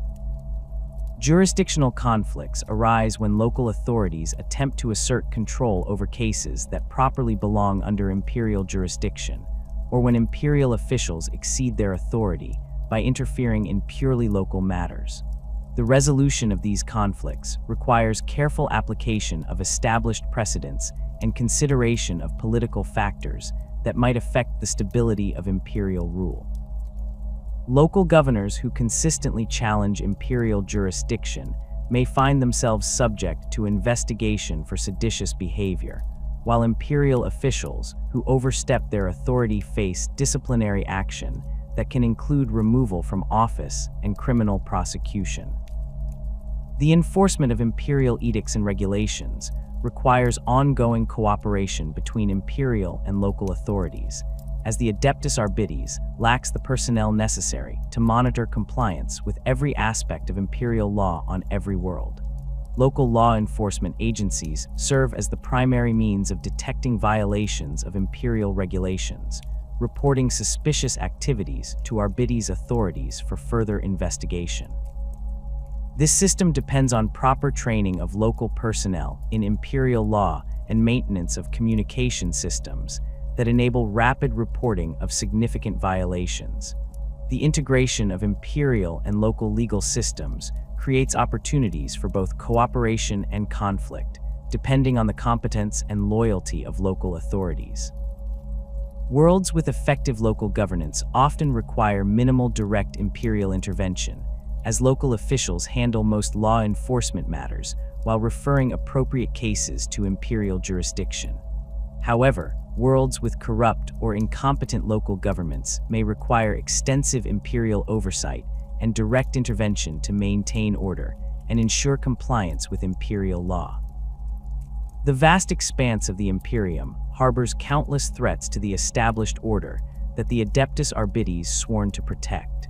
These enemies of imperial law manifest in forms ranging from subtle corruption that spreads through generations to overt rebellion that demands immediate and overwhelming response. Each category of threat requires specialized knowledge, tactics, and equipment to combat effectively, while the interconnected nature of criminal organizations and seditious movements creates complex challenges that test the capabilities of even veteran arbitrators. Chaos cults represent perhaps the most insidious threat to imperial authority, operating through networks of corrupted individuals who spread their taint through seemingly innocent social gatherings, religious meetings, and commercial enterprises. These organizations typically begin with a single corrupted individual who gradually influences friends, family members, and colleagues through carefully orchestrated exposure to heretical ideas and practices. The initial corruption often appears harmless, manifesting as alternative philosophical discussions, unconventional artistic expressions, or simply questioning established imperial doctrine in ways that seem reasonable to those unfamiliar with the subtle signs of chaos influence. The identification of chaos cults requires extensive training in recognizing behavioral patterns and symbolic representations that indicate heretical activity. Arbitrators learn to detect subtle changes in local crime patterns that might indicate cult influence, such as unexplained disappearances of specific demographic groups, unusual animal mutilations that follow ritual patterns, or reports of strange sounds and lights emanating from abandoned buildings during specific lunar phases. The investigation of suspected cult activity demands extreme caution, as exposure to chaos corruption can affect even experienced law enforcement personnel who lack proper spiritual protection and mental discipline. Cult recruitment strategies exploit existing social tensions and individual vulnerabilities to create psychological conditions conducive to accepting heretical beliefs. Economic hardship, political oppression, social isolation, and personal trauma all provide opportunities for cult agents to approach potential recruits with promises of power, belonging, or revenge against those responsible for their suffering. The recruitment process typically involves gradual escalation of commitment, beginning with attendance at seemingly innocent gatherings and progressing through increasingly explicit heretical activities until new members become fully committed to the cult's agenda. The organizational structure of chaos cults varies significantly depending on their patron entities and local circumstances, though most follow hierarchical patterns that concentrate power among a small group of fully corrupted leaders while maintaining plausible deniability for newer members. Lower-level cultists often remain unaware of their organization's true nature, believing themselves to be members of legitimate religious groups, philosophical societies, or political movements.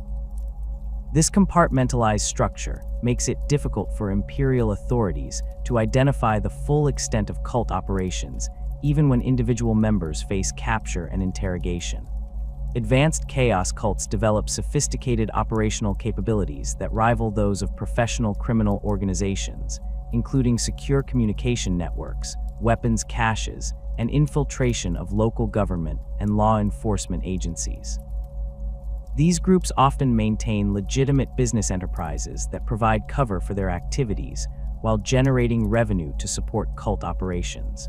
The investigation of such organizations requires coordination between multiple imperial agencies, as cult networks frequently span several worlds and involve complex financial arrangements that disguise the flow of resources to heretical activities.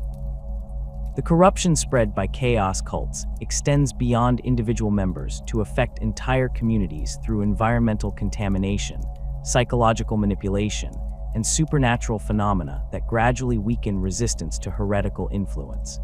Areas with significant cult activity often experience increases in violent crime, substance abuse, and mental illness, as the spiritual corruption affects even those who have no direct contact with cult members. These secondary effects create additional challenges for law enforcement agencies, as they must address both the immediate symptoms of social decay and the underlying heretical causes that produce them. Criminal syndicates operating across multiple star systems pose different but equally serious challenges to imperial authority, as their activities undermine the economic foundations of imperial power while providing resources and capabilities that other enemies of the Imperium can exploit. These organizations typically focus on profit rather than ideological goals, though their willingness to trade with anyone who can pay often results in support for seditious movements and heretical cults. The investigation of interplanetary criminal networks requires specialized techniques and equipment capable of tracking complex financial transactions and communication patterns across vast distances. Smuggling operations represent the most common form of organized criminal activity encountered by the Adeptus Arbites, ranging from small-scale tax evasion schemes to massive operations that transport prohibited goods between entire sectors. The vast scale of legitimate interplanetary commerce creates numerous opportunities for criminal organizations to conceal illegal activities among legitimate cargo shipments, while the complexity of imperial trade regulations provides cover for schemes that exploit bureaucratic confusion and jurisdictional gaps. Arbitrators assigned to anti-smuggling duties must develop detailed knowledge of commercial procedures, shipping schedules, and cargo handling techniques to identify suspicious activities among the millions of legitimate transactions that occur daily throughout imperial space. The most dangerous smuggling operations involve the transportation of weapons, psychic individuals, and xenotech artifacts that pose direct threats to imperial security. Weapons smuggling typically serves to arm seditious movements or criminal organizations, while the illegal transportation of unsanctioned psychers creates risks of demonic incursion and chaos corruption. Xenotech smuggling represents perhaps the greatest threat, as alien artifacts often contain unknown technologies or spiritual contamination that can corrupt entire populations if released into general circulation. Black market activities encompass a broad range of illegal commercial enterprises that operate parallel to legitimate imperial commerce, providing goods and services that violate imperial law or circumvent established taxation and regulation systems. These markets typically develop in areas with weak law enforcement presence or corrupt local authorities, creating economic incentives that attract criminal organizations and provide funding for other illegal activities. The suppression of black markets requires sustained enforcement efforts that address both the supply and demand aspects of illegal commerce, while avoiding economic disruption that might create political complications. The investigation of black market operations often reveals connections to legitimate businesses and government officials who provide protection, information, or services that enable illegal activities to continue. These corruption networks create additional challenges for law enforcement agencies, as they must carefully distinguish between willing participants in criminal enterprises and individuals who cooperate under duress or without full knowledge of the illegal nature of their activities. The prosecution of corruption cases requires extensive documentation and careful coordination with other imperial agencies to ensure that enforcement actions do not inadvertently disrupt essential government functions. Genestealer cults represent a unique category of threat that combines the insidious nature of chaos corruption with the patient, multi-generational approach of alien infiltration. These organizations begin with the infection of individual humans by genestealer organisms, creating hybrid offspring who retain human appearance while possessing alien instincts and capabilities. The infected individuals typically remain unaware of their true nature for years or decades, living normal lives while unconsciously preparing for the eventual arrival of their alien masters. The detection of genestealer cults requires different investigative techniques than those used against conventional criminal organizations, as the alien influence operates on biological and psychological levels that may not produce obvious behavioral changes in early generation hybrids. Arbitrators trained in counter-infiltration operations learn to recognize subtle patterns in family genealogies, medical records, and social relationships that might indicate genestealer infection. These investigations often require cooperation with Adeptus Mechanicus personnel who possess the technical expertise necessary to conduct genetic analysis and identify biological markers of alien contamination. First-generation genestealer hybrids typically exhibit obvious physical deformities that make them unsuitable for normal social interaction, leading infected families to conceal these individuals in basements, abandoned buildings, or remote locations where their presence will not attract attention. The discovery of hidden hybrid populations often provides the first concrete evidence of genestealer infiltration, though by this point, the infection may have spread through multiple family lines over several generations. The investigation of suspected genestealer activity requires extreme caution, as hybrid individuals possess enhanced physical capabilities and may attempt violent resistance when their true nature faces exposure. Second and third generation hybrids present greater challenges for detection and apprehension, as their physical appearance becomes increasingly human, while their alien instincts and capabilities remain largely intact. These individuals often achieve positions of responsibility within local government, law enforcement, or commercial organizations, using their authority to protect the cult and facilitate further infiltration. The identification of hybrid infiltrators requires careful analysis of personnel records, behavioral patterns, and decision-making processes that might reveal alien influence on human institutions. The organizational structure of genestealer cults reflects their alien origins while adapting to human social patterns, creating hierarchies based on genetic proximity to the original genestealer organism rather than conventional measures of competence or loyalty. The cult's ultimate goal involves preparing for the arrival of a Tyranid hive fleet, though individual members may remain unaware of this objective while working toward intermediate goals that serve the alien agenda. The suppression of genestealer cults requires coordination with Imperial military forces, as the alien organisms possess capabilities that exceed those of conventional criminal organizations. Separatist movements represent overt challenges to imperial authority that typically develop when local populations become convinced that independence from the Imperium would improve their circumstances. These movements often begin with legitimate grievances about imperial taxation, military recruitment, or administrative policies, but evolve into organized resistance that threatens the stability of imperial rule.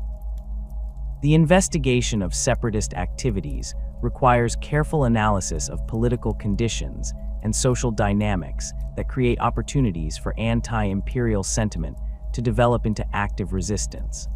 The leadership of separatist movements typically includes individuals with legitimate political credentials and popular support, making their suppression more complex than simple criminal enforcement actions.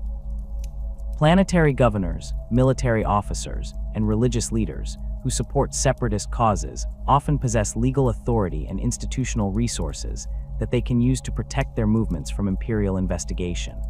The prosecution of separatist leaders requires careful documentation of specific illegal activities rather than simply opposition to imperial policies, as the Lex Imperialis recognizes limited rights to petition for redress of grievances through proper channels. Rebellious planetary governors present particularly serious challenges to imperial authority, as their positions provide access to military forces, financial resources, and administrative systems that can support large-scale resistance to imperial rule. The investigation of suspected gubernatorial rebellion requires coordination with multiple imperial agencies, including the Administratum for Financial Analysis, the Imperial Guard for Military Intelligence, and the Ecclesiarchy for assessment of religious factors that might influence local populations.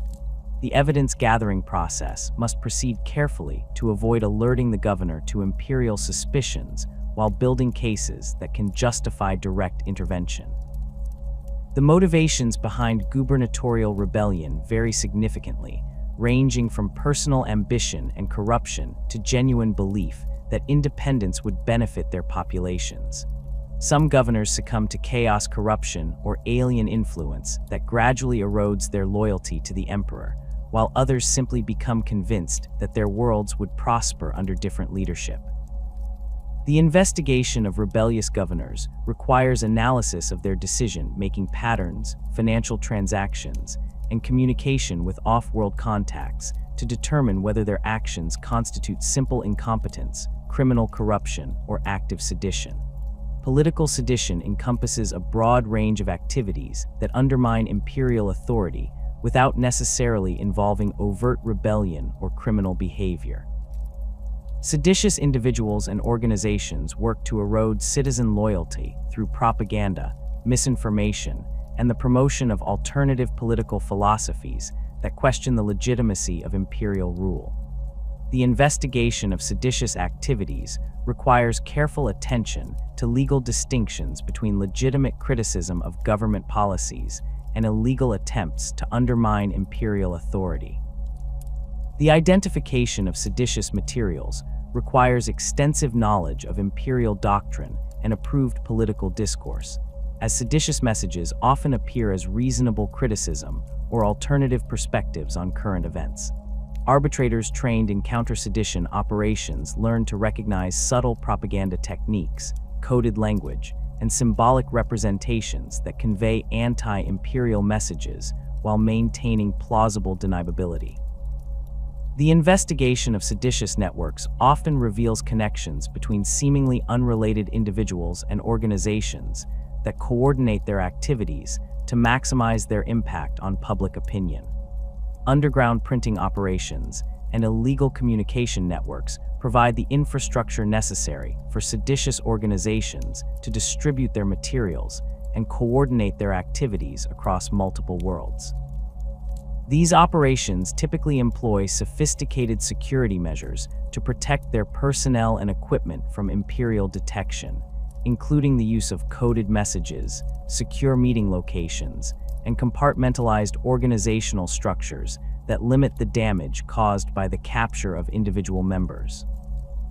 The suppression of seditious communication networks requires specialized technical expertise and extensive surveillance capabilities that can identify and track illegal transmissions across interplanetary distances. The prosecution of sedition cases requires careful analysis of intent and effect, as the Lex Imperialis recognizes important distinctions between legitimate political discourse and illegal attempts to undermine imperial authority. Citizens retain limited rights to criticize government policies and petition for redress of grievances, provided their activities remain within established legal boundaries and do not encourage resistance to lawful imperial commands. The determination of these boundaries often requires detailed knowledge of local political conditions and cultural factors that influence how populations interpret and respond to different types of political messages. The investigative techniques employed by the Adeptus Arbites represent millennia of refinement in law enforcement methodology, combining traditional detective work with advanced Imperial technology to uncover criminal activities across the vast expanse of human space. These methods must function effectively regardless of planetary conditions, local customs, or technological capabilities, requiring standardized procedures that can adapt to diverse environments while maintaining the exacting standards of Imperial justice. Every investigation begins with systematic evidence gathering that establishes the facts of a case before proceeding to more specialized techniques designed to identify perpetrators and build prosecutable cases under Imperial law. Forensic analysis forms the cornerstone of Arbites' investigative procedures, utilizing sophisticated Imperial technology to extract information from crime scenes that would be invisible to conventional observation. Auspex scanners provide detailed analysis of physical evidence, detecting trace amounts of substances, identifying biological materials, and mapping the sequence of events through careful examination of environmental disturbances. These devices can identify specific individuals through genetic analysis of skin cells, hair follicles, or bodily fluids left at crime scenes, while advanced pattern recognition algorithms compare evidence against vast databases maintained in Fortress Precinct archives. The preservation and analysis of evidence requires specialized facilities within Fortress precincts, equipped with environmental controls that prevent contamination while maintaining the integrity of collected materials. Evidence storage chambers feature atmospheric regulation systems that can maintain samples in various environmental conditions, from the frozen preservation necessary for biological materials to the inert gas environments required for certain chemical evidence. Chain of custody procedures ensure that evidence remains uncontaminated from collection through trial proceedings, with automated tracking systems that record every individual who handles evidence and document any changes in storage conditions.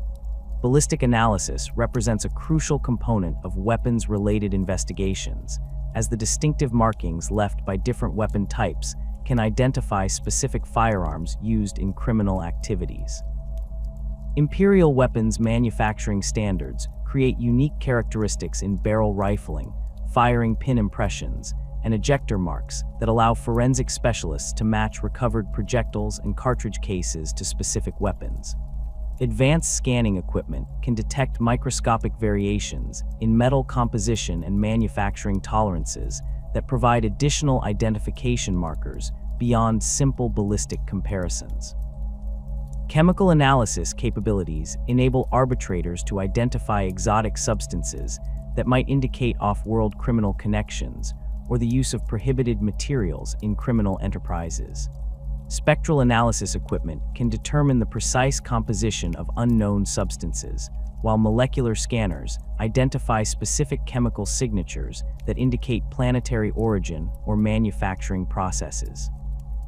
This capability proves particularly valuable when investigating smuggling operations that transport goods between different worlds, as chemical analysis can often determine the source of contraband materials even when shipping records have been falsified or destroyed.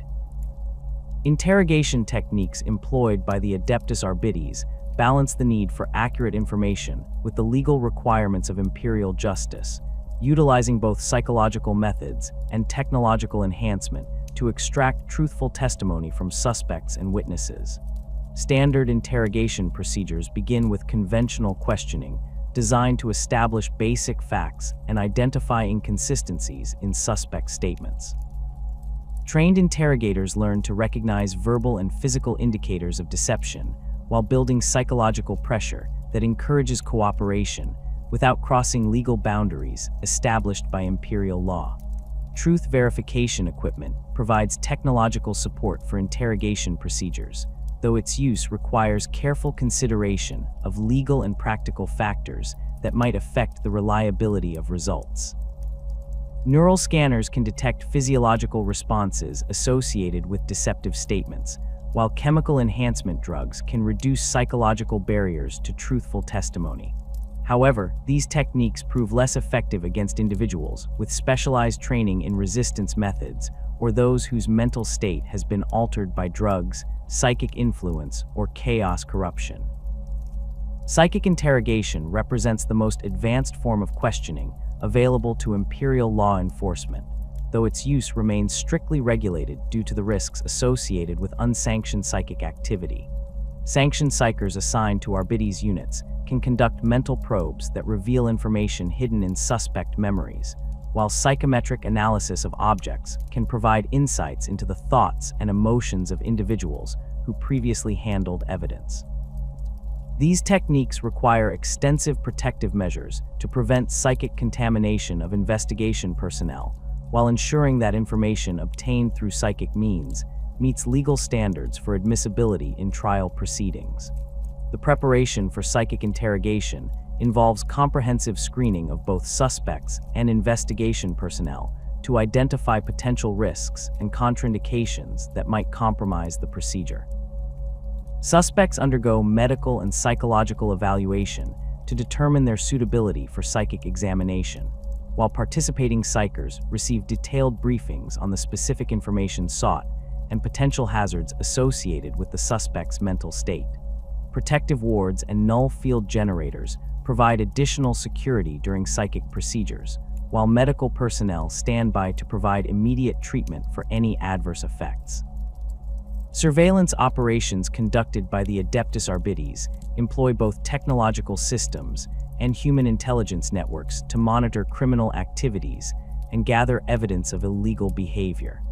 Electronic surveillance equipment includes microtransmitters that can be concealed in clothing or personal effects, providing real-time audio monitoring of suspect conversations and activities. Visual surveillance systems utilize compact recording devices that can operate for extended periods without maintenance, while advanced optical equipment enables observation from distances that prevent detection by surveillance targets.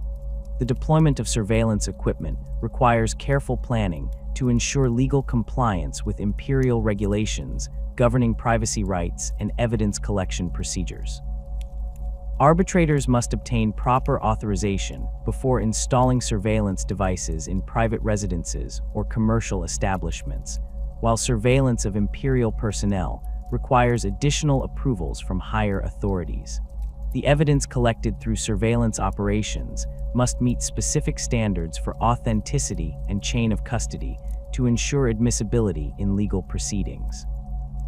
Human intelligence networks provide capabilities that technological surveillance cannot match, particularly in situations involving criminal organizations that employ counter-surveillance measures or operate in environments where electronic equipment proves ineffective.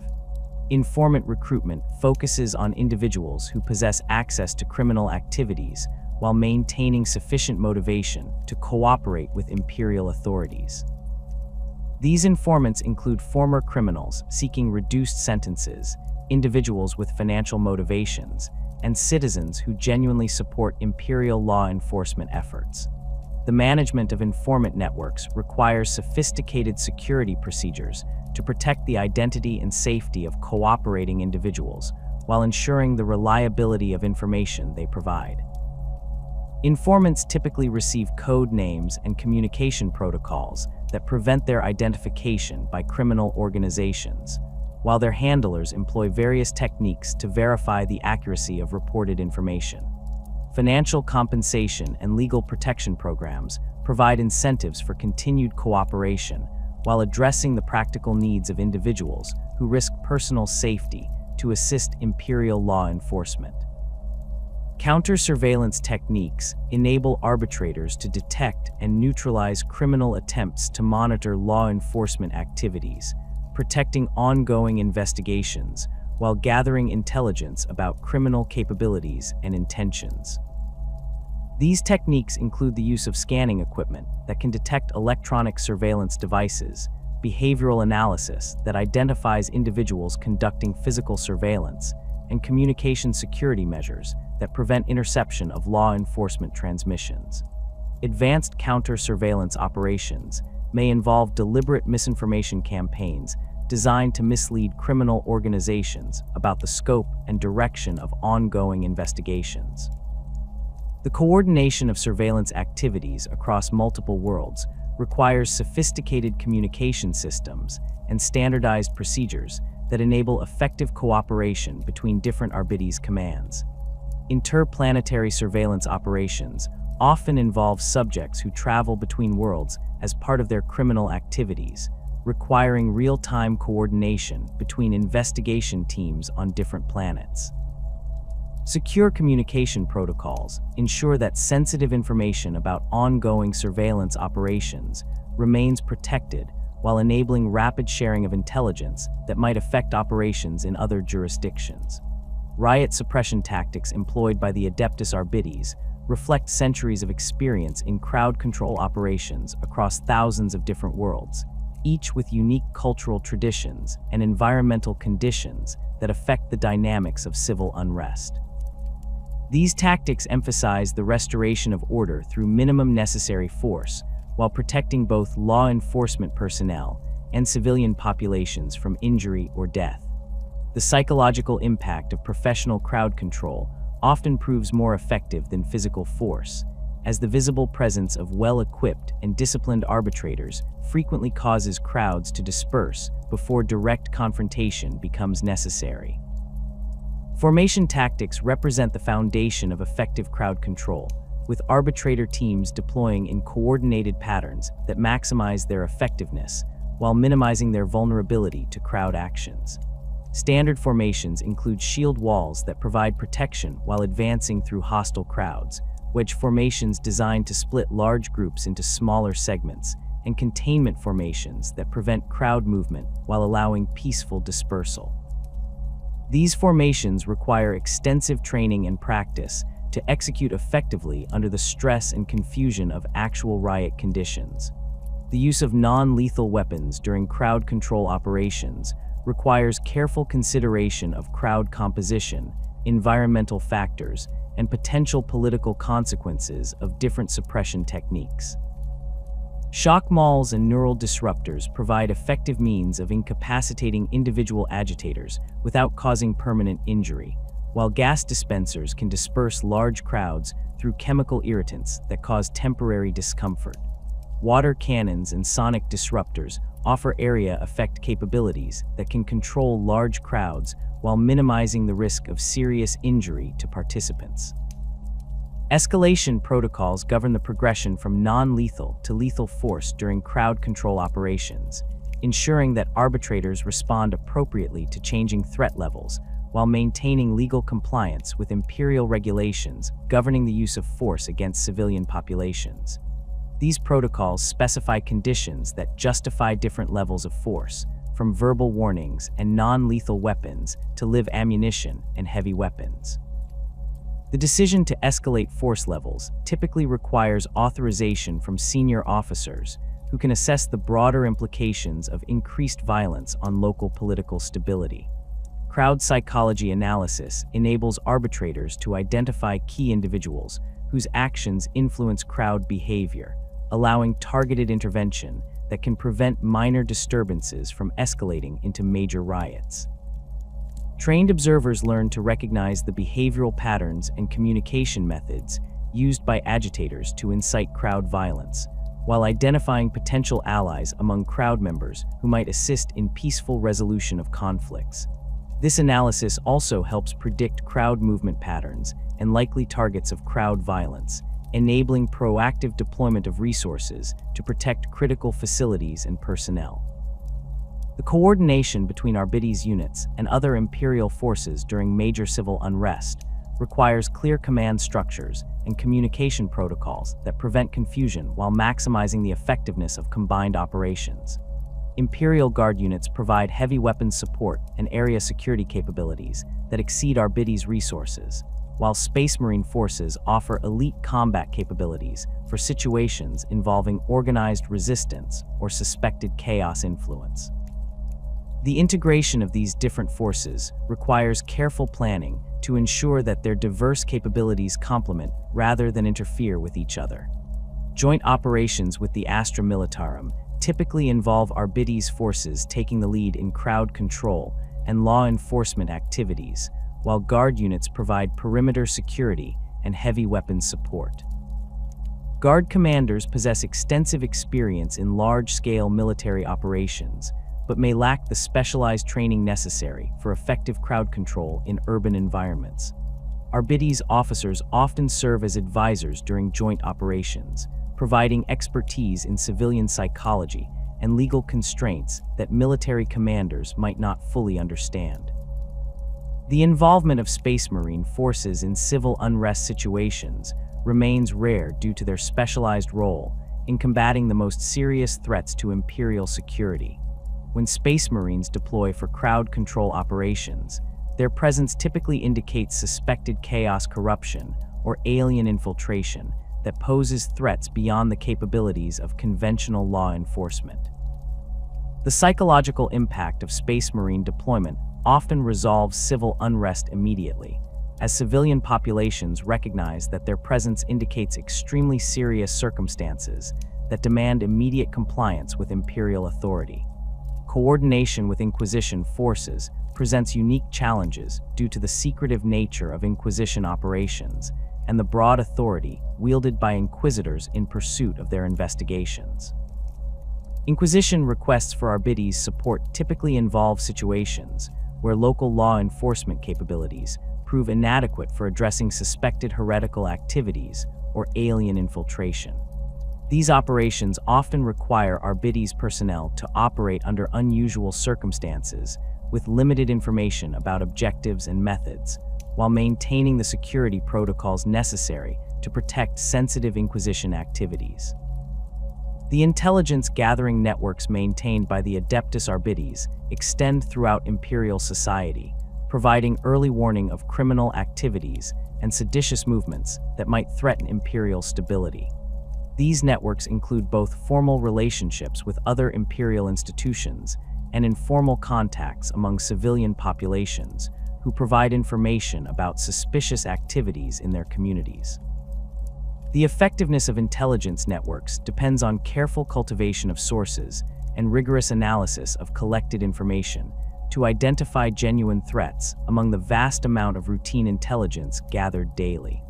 Cooperation with local law enforcement agencies provides the Adeptus Arbites with detailed knowledge of local criminal activities and social conditions that might indicate emerging threats to Imperial authority.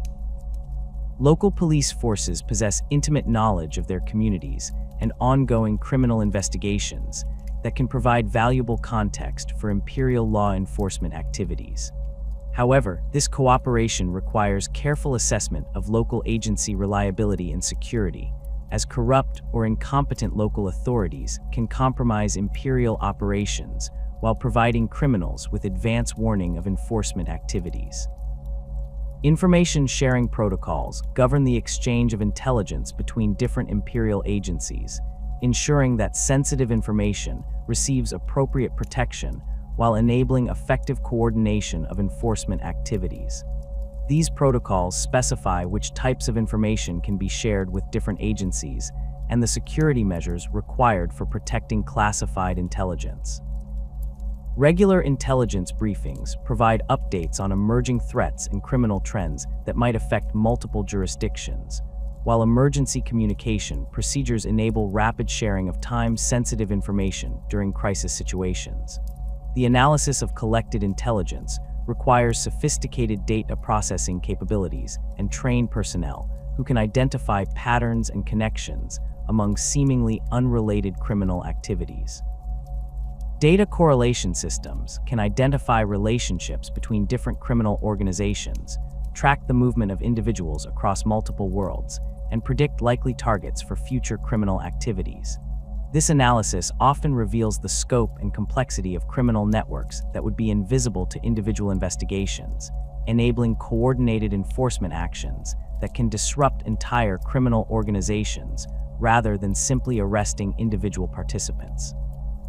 The pacification of Necromunda stands as one of the most complex and enduring operations in Adeptus Arbites history, demonstrating the challenges inherent in maintaining Imperial law within the sprawling underhive networks that characterize many hive worlds throughout the Imperium. Necromunda's unique position as a major manufacturing center for the Imperium created conditions that fostered extensive criminal enterprises, from illegal weapons manufacturing to massive smuggling operations that exploited the world's position along crucial trade routes. The Arbites' presence on Necromunda evolved from routine law enforcement to sustained counter-insurgency operations as criminal organizations developed increasingly sophisticated capabilities that threatened not merely local order, but the world's ability to meet its imperial obligations. The underhive criminal networks on Necromunda operated with a level of organization and resources that exceeded typical planetary crime syndicates, exploiting the vast industrial infrastructure and complex social hierarchies that characterized hive world society. These organizations controlled entire sections of the underhive through a combination of violence, economic manipulation, and corruption of local authorities. The criminal leadership included former Imperial Guard veterans, rogue tech adepts, and displaced nobles who possessed both the skills and connections necessary to operate sophisticated criminal enterprises across multiple hive levels. Arbites' operations in the Necromunda underhive required specialized equipment and tactics adapted to the unique environment of densely packed industrial complexes, abandoned manufacturing facilities, and labyrinthine tunnel systems that extended for kilometers beneath the hive spires. Standard riot suppression equipment proved inadequate for operations in confined spaces where criminals possessed detailed knowledge of local terrain and could exploit environmental hazards to their advantage. Arbitrators deployed specialized breaching equipment designed for industrial environments, including plasma cutters capable of penetrating reinforced blast doors and atmospheric processors that could neutralize chemical hazards commonly found in abandoned manufacturing areas. The investigation of underhive criminal networks revealed connections that extended far beyond Necromunda itself, involving smuggling operations that transported illegal goods throughout the sector and corruption schemes that reached into the highest levels of planetary government. Criminal organizations exploited Necromunda's manufacturing capabilities to produce unauthorized weapons and equipment that supplied seditious movements on dozens of other worlds, while their financial networks laundered profits through legitimate commercial enterprises that provided cover for their illegal activities. The scope of these operations required coordination between multiple Arbites commands and other Imperial agencies, including the Imperial Navy for interdiction of smuggling vessels and the Adeptus Mechanicus for technical analysis of illegal manufacturing processes.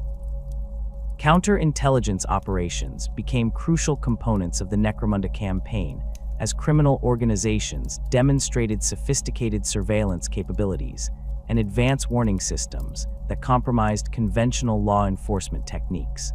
Criminal networks employed former Imperial intelligence personnel who provided training in counter-surveillance methods and operational security that rivaled those used by legitimate Imperial agencies. The Arbites' response included the deployment of specialized investigation teams trained in deep cover operations, using false identities and extended infiltration missions to penetrate criminal organizations from within. The development of informant networks within the underhive population required careful consideration of local social dynamics and the complex loyalties that characterized hive world society. Many underhive residents maintained ambivalent relationships with both criminal organizations and Imperial authorities, viewing both as external forces that imposed their will on local communities. Successful informant recruitment focused on individuals whose personal experiences with criminal violence motivated them to cooperate with Imperial law enforcement, while providing protection and relocation services for informants whose safety became compromised through their cooperation. The suppression of the Reign of Blood represents the Adeptus Arbites' most significant contribution to defending Imperial institutions against internal corruption and abuse of power.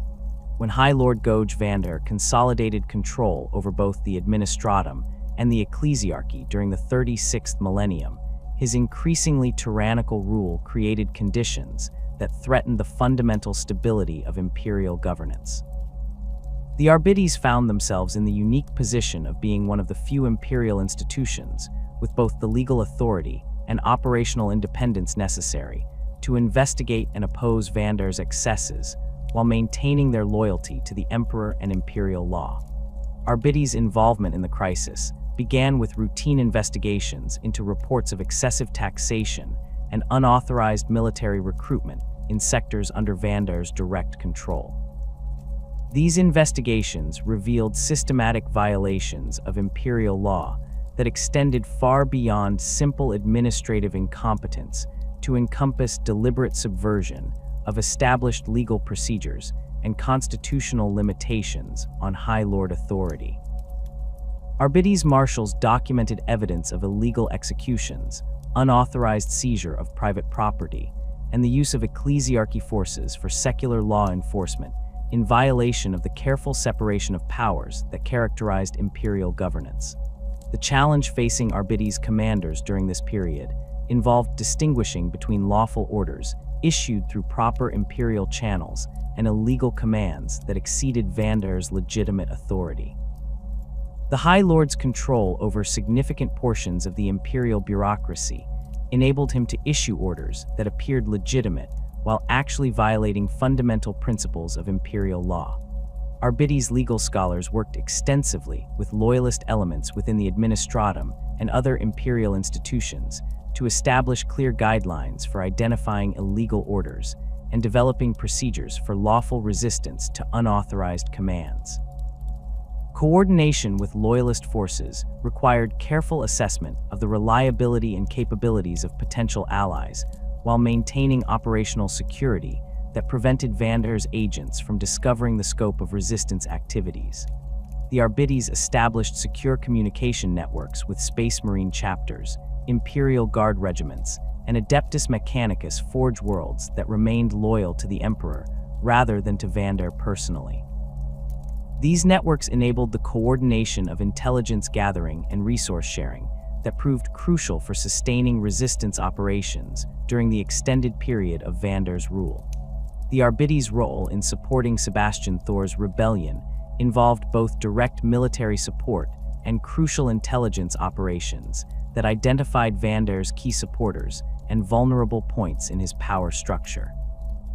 Arbites' investigation teams infiltrated Vander's administrative apparatus, gathering evidence of corruption and illegal activities that could be used to turn potential supporters against the High Lord. This intelligence proved particularly valuable in identifying military commanders and ecclesiarchy officials whose loyalty to Vander stemmed from coercion rather than genuine support, enabling targeted approaches that brought these individuals into the loyalist coalition. Combat operations during the Reign of Blood required Arbites' forces to engage in sustained military actions that exceeded their normal law enforcement role, while maintaining their identity as defenders of imperial law rather than simple rebels against established authority. Arbites' fortress precincts served as rallying points for loyalist forces and secure bases for operations against Vander's supporters. The defensive capabilities of these installations proved crucial during siege operations, while their communication arrays enabled coordination between loyalist forces across multiple sectors. The legal framework established during the Reign of Blood crisis created important precedents for future Arbites operations involving corruption within imperial institutions. The principle that loyalty to the emperor superseded obedience to individual imperial officials, regardless of their rank or position, became a fundamental component of Arbites' training and operational doctrine. This principle provided clear guidance for situations where imperial officials issued orders that conflicted with imperial law or the broader interests of the Imperium, while establishing procedures for lawful resistance that maintained institutional stability. Counterinsurgency operations during the Age of Apostasy required the Adeptus Arbites to adapt their traditional law enforcement methods to address widespread civil unrest and religious conflict that threatened imperial stability across hundreds of worlds. The religious upheavals that characterized this period created conditions where conventional criminal organizations merged with religious movements to create hybrid threats that combined ideological motivation with sophisticated operational capabilities. These insurgent groups exploited religious tensions and social grievances to build popular support while using criminal methods to finance their operations and acquire weapons and equipment. The investigation of religious insurgencies required specialized knowledge of theological disputes and ecclesiarchy doctrine that exceeded the normal training provided to Arbites personnel. Investigation teams included ecclesiarchy advisors and theological experts who could distinguish between legitimate religious differences and heretical beliefs that posed genuine threats to imperial security. This expertise proved crucial for developing appropriate responses that addressed security concerns without unnecessarily inflaming religious tensions or creating martyrs whose deaths might inspire additional resistance. Intelligence gathering operations during counterinsurgency campaigns faced unique challenges due to the close-knit nature of religious communities and the ideological commitment that motivated insurgent supporters. Traditional informant recruitment methods proved less effective against individuals whose cooperation with imperial authorities conflicted with deeply held religious beliefs, while the communal nature of many religious groups made infiltration operations extremely difficult. Arbites personnel developed specialized approaches that exploited theological disagreements within insurgent movements and identified individuals whose religious convictions actually supported cooperation with legitimate imperial authority. The protection of loyal imperial institutions during the age of apostasy required extensive coordination between Arbites forces and other imperial agencies to ensure continuity of essential government functions while addressing security threats. Arbites units provided security for administratum facilities, protected loyal ecclesiarchy officials from assassination attempts, and maintained communication links between isolated imperial installations. These protective operations often required sustained deployments in hostile environments where Arbites personnel faced constant threats from insurgent forces while maintaining the professional standards expected of imperial law enforcement. Urban warfare tactics developed during counterinsurgency operations emphasized the protection of civilian populations while eliminating insurgent capabilities, recognizing that excessive collateral damage could drive neutral populations toward supporting insurgent movements. Arbites forces employed precision weapons and surgical strike techniques that minimized destruction of civilian infrastructure while maximizing the psychological impact on insurgent organizations. These tactics required extensive training in urban combat techniques and careful coordination with local authorities to ensure that enforcement operations maintained public support for imperial rule. Anti-smuggling campaigns along major trade routes represent ongoing operations that demonstrate the Adeptus Arbites' role in maintaining the economic foundations of imperial power through enforcement of trade regulations and taxation requirements. The vast scale of interplanetary commerce creates numerous opportunities for criminal organizations to exploit bureaucratic gaps and jurisdictional confusion while generating enormous profits that fund other illegal activities. Arbites' anti-smuggling operations require sophisticated intelligence capabilities and specialized equipment designed to detect contraband among the millions of legitimate cargo shipments that traverse imperial space daily. The investigation of smuggling networks often reveals connections between seemingly legitimate commercial enterprises and criminal organizations that exploit established business relationships to move illegal goods across planetary boundaries. These investigations require detailed analysis of shipping records, financial transactions, and commercial relationships that span multiple worlds and involve complex corporate structures designed to obscure criminal activities. Arbites' investigation teams work closely with administratum tax assessors and commercial regulators to identify suspicious patterns in trade data that might indicate smuggling operations. Enforcement operations against smuggling rings require coordination with Imperial Navy forces that provide the space-based assets necessary for intercepting smuggling vessels and conducting searches of commercial spacecraft. Joint operations between Arbites and Navy personnel combine law enforcement expertise with naval capabilities to create effective interdiction capabilities that can address smuggling operations across entire sectors. These operations often involve extended surveillance missions that track suspected smuggling vessels across multiple star systems while gathering evidence necessary for successful prosecutions. The enforcement of imperial taxation and tithe collection represents one of the most politically sensitive aspects of Arbites operations, as these activities directly affect planetary governments and commercial enterprises that possess significant political influence. Tax enforcement operations require careful coordination with administratum assessors who determine appropriate tax obligations while providing the legal framework necessary for enforcement actions. Arbites personnel must distinguish between simple administrative errors and deliberate tax evasion while considering the broader political implications of enforcement decisions. Investigation of tax evasion schemes often reveals sophisticated financial arrangements designed to conceal assets and income from imperial assessors through complex corporate structures and off-world banking arrangements. These investigations require specialized training in financial analysis and forensic accounting techniques that can trace money flows through multiple jurisdictions and identify hidden assets that should be subject to imperial taxation. The complexity of modern commercial arrangements creates numerous opportunities for both innocent mistakes and deliberate evasion, requiring careful analysis to determine appropriate enforcement responses. Enforcement actions against tax evaders range from administrative penalties and asset seizures to criminal prosecutions that can result in imprisonment or execution, depending on the scope and impact of the violations. The most serious cases involve planetary governors or major commercial enterprises whose tax evasion significantly reduces imperial revenue and threatens the funding necessary for military operations and administrative functions. These cases require approval from senior Arbites authorities and careful coordination with other imperial agencies to ensure that enforcement actions do not inadvertently disrupt essential economic or administrative functions.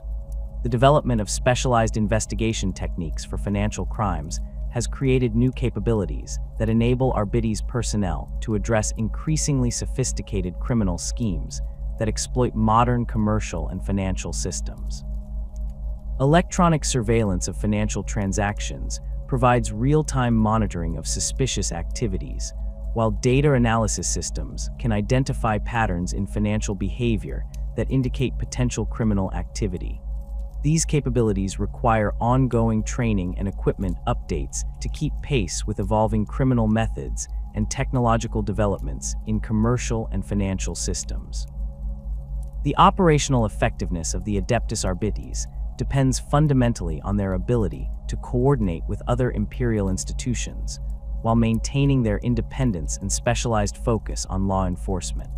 This delicate balance requires constant negotiation of jurisdictional boundaries, resource sharing agreements, and operational protocols that enable effective cooperation without compromising the unique capabilities that each organization brings to imperial governance.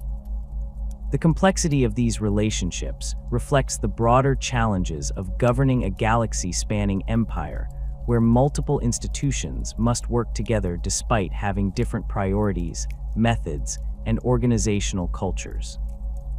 The relationship between the Adeptus Arbites and the Inquisition represents one of the most complex and consequential partnerships within the imperial hierarchy, as both organizations possess broad investigative authorities that frequently overlap in cases involving heresy, corruption, and threats to imperial security. Inquisitors operate with virtually unlimited authority to investigate any threat to the Imperium, while arbitrators maintain specific responsibility for enforcing imperial law and investigating crimes that fall under their jurisdiction. This division of responsibilities creates potential conflicts when investigations cross organizational boundaries or when different approaches to the same problem produce conflicting recommendations. Cooperation between Arbites and Inquisition forces typically begins when routine law enforcement investigations uncover evidence of heretical activity or corruption that exceeds normal criminal behavior. Arbitrators who discover signs of chaos, corruption, alien infiltration, or systematic heresy within Imperial institutions have standing orders to notify the nearest Inquisition representative while securing the investigation site and preventing further contamination. These initial notifications often lead to joint operations where Arbites personnel provide local knowledge and law enforcement expertise, while Inquisition agents contribute specialized capabilities for dealing with supernatural threats. The jurisdictional boundaries between Arbites and Inquisition operations require careful negotiation in each specific case, as the broad authority granted to Inquisitors can potentially override normal legal procedures, while Arbites' responsibilities for maintaining public order and legal compliance continue regardless of Inquisition involvement. Experienced arbitrators learn to recognize when their investigations have uncovered matters that properly belong under Inquisition jurisdiction, while understanding that their own legal obligations continue even when working under Inquisition direction. This balance requires detailed knowledge of both Imperial law and Inquisition procedures, along with the diplomatic skills necessary to coordinate effectively with Inquisition personnel who may have very different approaches to investigation and enforcement. Joint investigation protocols establish procedures for sharing evidence and coordinating activities when both organizations have legitimate interests in the same case. These protocols specify which types of evidence must be shared immediately, which require special handling due to security concerns, and which remain under the exclusive control of the originating organization. The classification levels and security procedures governing Inquisition operations often exceed those used by normal Arbites activities, requiring special training for arbitrators who work regularly with Inquisition forces and additional security measures for protecting sensitive information. Resource sharing agreements between the Arbites and Inquisition enable both organizations to leverage their respective capabilities more effectively, while avoiding duplication of effort and potential conflicts over limited resources. Inquisitors frequently requisition Arbites personnel for operations requiring local law enforcement expertise, crowd control capabilities, or detailed knowledge of Imperial legal procedures. These requisitions typically involve specific individuals or small teams rather than large-scale deployments, as Inquisition operations emphasize secrecy and precision rather than the sustained enforcement campaigns that characterize normal Arbites activities. The Arbites provide crucial support during Inquisition investigations that require interaction with civilian populations or coordination with local Imperial authorities.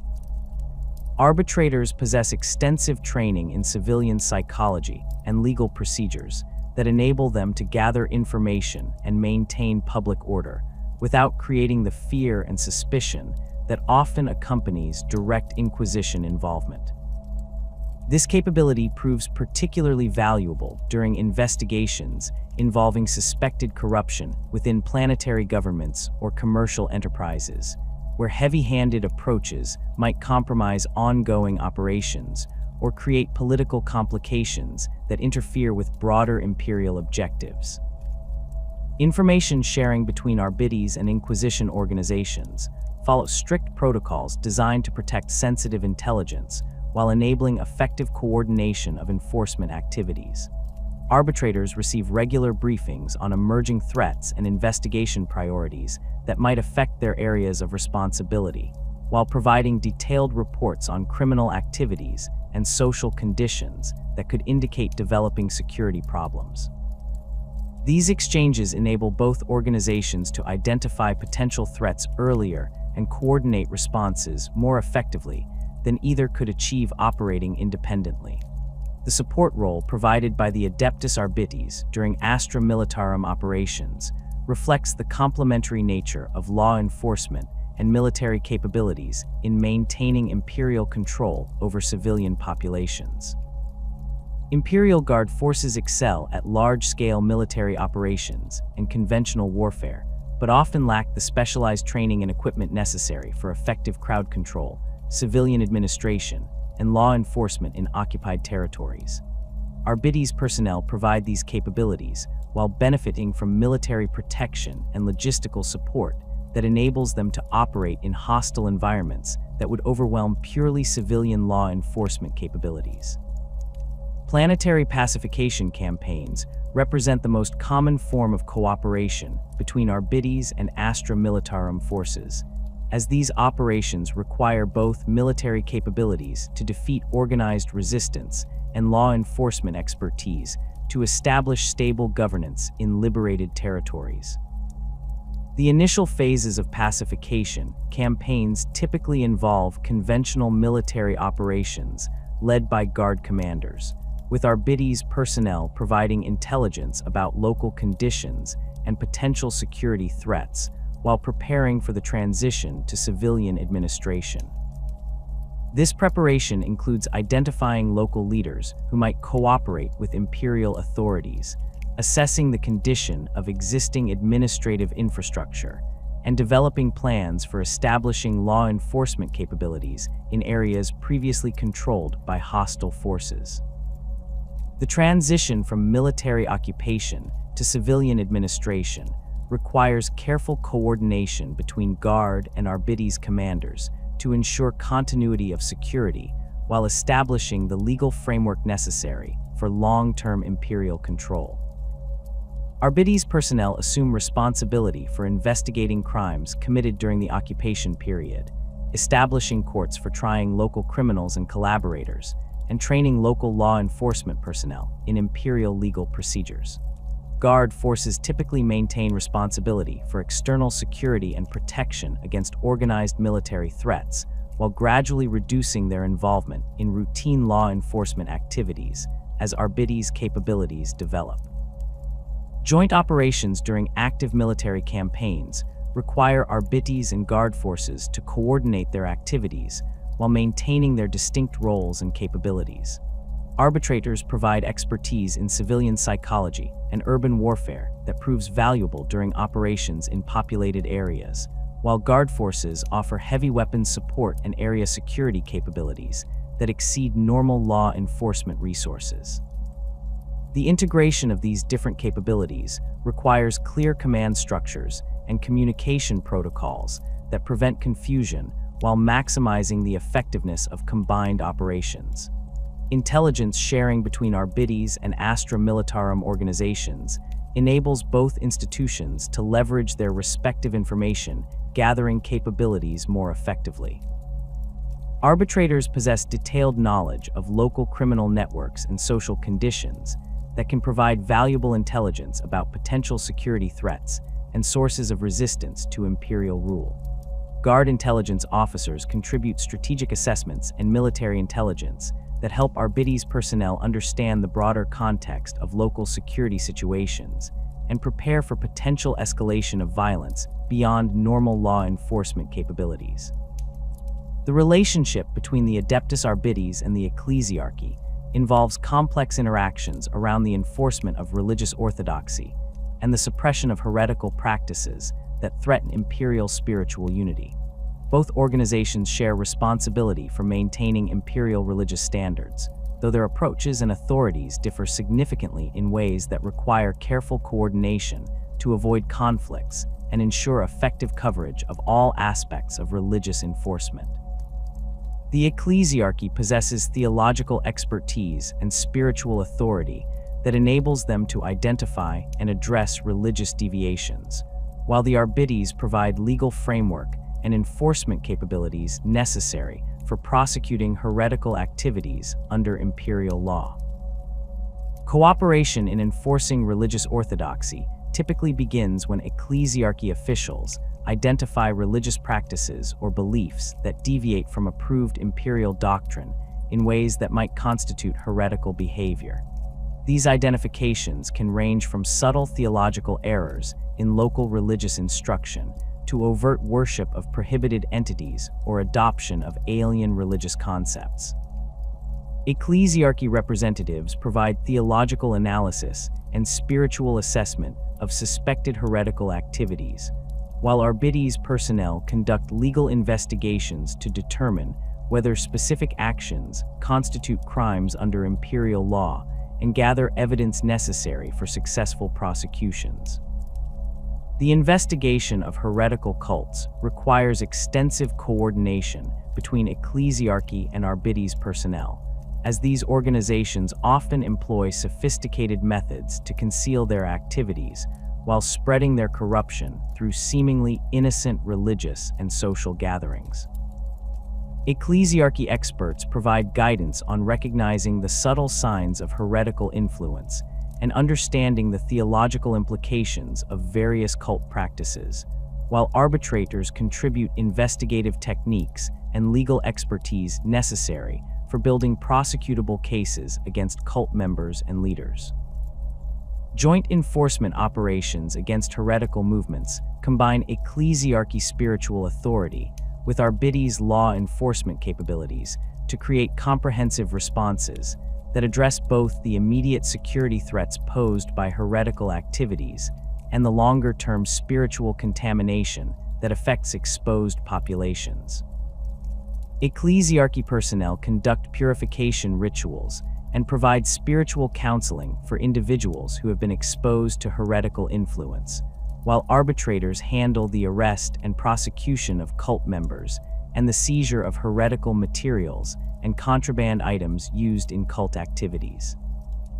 The suppression of unauthorized religious practices requires careful distinction between innocent deviations from standard religious observance and dangerous heretical activities that pose genuine threats to imperial spiritual unity.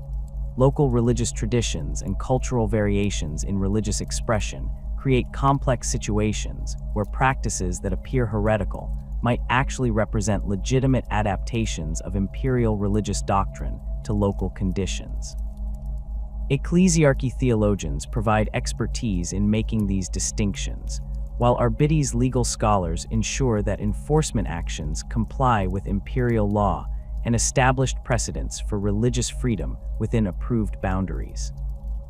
Coordination with the administratum represents one of the most extensive and routine aspects of Arbites operations, as the vast bureaucratic machinery of imperial governance generates the regulations, assessments, and administrative requirements that form the foundation of much Arbites enforcement activity. The administratum's role in calculating tax obligations, managing resource allocations, and maintaining administrative records provides the legal and factual foundation for many Arbites investigations, while Arbites enforcement capabilities ensure compliance with administratum directives and protect administratum personnel from corruption and interference. Tax collection enforcement represents the most visible aspect of Arbites administratum cooperation, as the complex calculations and assessments performed by administratum adepts require enforcement mechanisms that only the Arbites can provide. Administratum tax assessors determine the appropriate obligations for individual worlds and commercial enterprises based on detailed analysis of production capabilities, economic conditions, and historical performance data. Arbites personnel receive these assessments and conduct investigations to verify compliance, identify potential evasion schemes, and pursue enforcement actions against entities that fail to meet their obligations. The investigation of tax evasion cases requires extensive cooperation between administratum analysts and Arbites investigators, as modern tax evasion schemes often involve sophisticated financial arrangements and complex corporate structures that require specialized expertise to understand and prosecute effectively. Administratum personnel provide detailed analysis of financial records and commercial relationships that might indicate evasion activities, while arbitrators contribute investigative techniques and legal expertise necessary for gathering evidence and building prosecutable cases under Imperial law. Census operations conducted jointly by Administratum and Arbites personnel ensure accurate population counts and demographic data while identifying individuals who attempt to avoid Imperial obligations through false identities or unauthorized movement between worlds. These operations require careful coordination between administrative data collection procedures and law enforcement techniques for verifying individual identities and detecting fraudulent documentation. The accuracy of census data affects everything from military recruitment quotas to resource allocation decisions, making the enforcement aspects of census operations crucial for effective Imperial governance.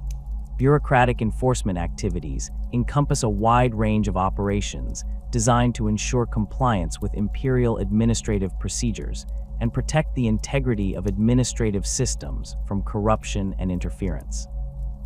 Arbites personnel investigate reports of corruption within Administratum facilities, protect administrative personnel from intimidation or bribery attempts, and ensure that administrative decisions receive proper implementation at the local level. These activities require detailed knowledge of administrative procedures and the ability to distinguish between innocent administrative errors and deliberate violations of established protocols. The protection of Administratum personnel and facilities represents an ongoing security responsibility that requires Arbites forces to maintain awareness of potential threats while providing appropriate protective measures without interfering with normal administrative operations. Administratum facilities often contain sensitive information about Imperial resources, military capabilities, and strategic planning that makes them attractive targets for enemy intelligence operations and criminal organizations seeking to exploit administrative weaknesses for illegal purposes.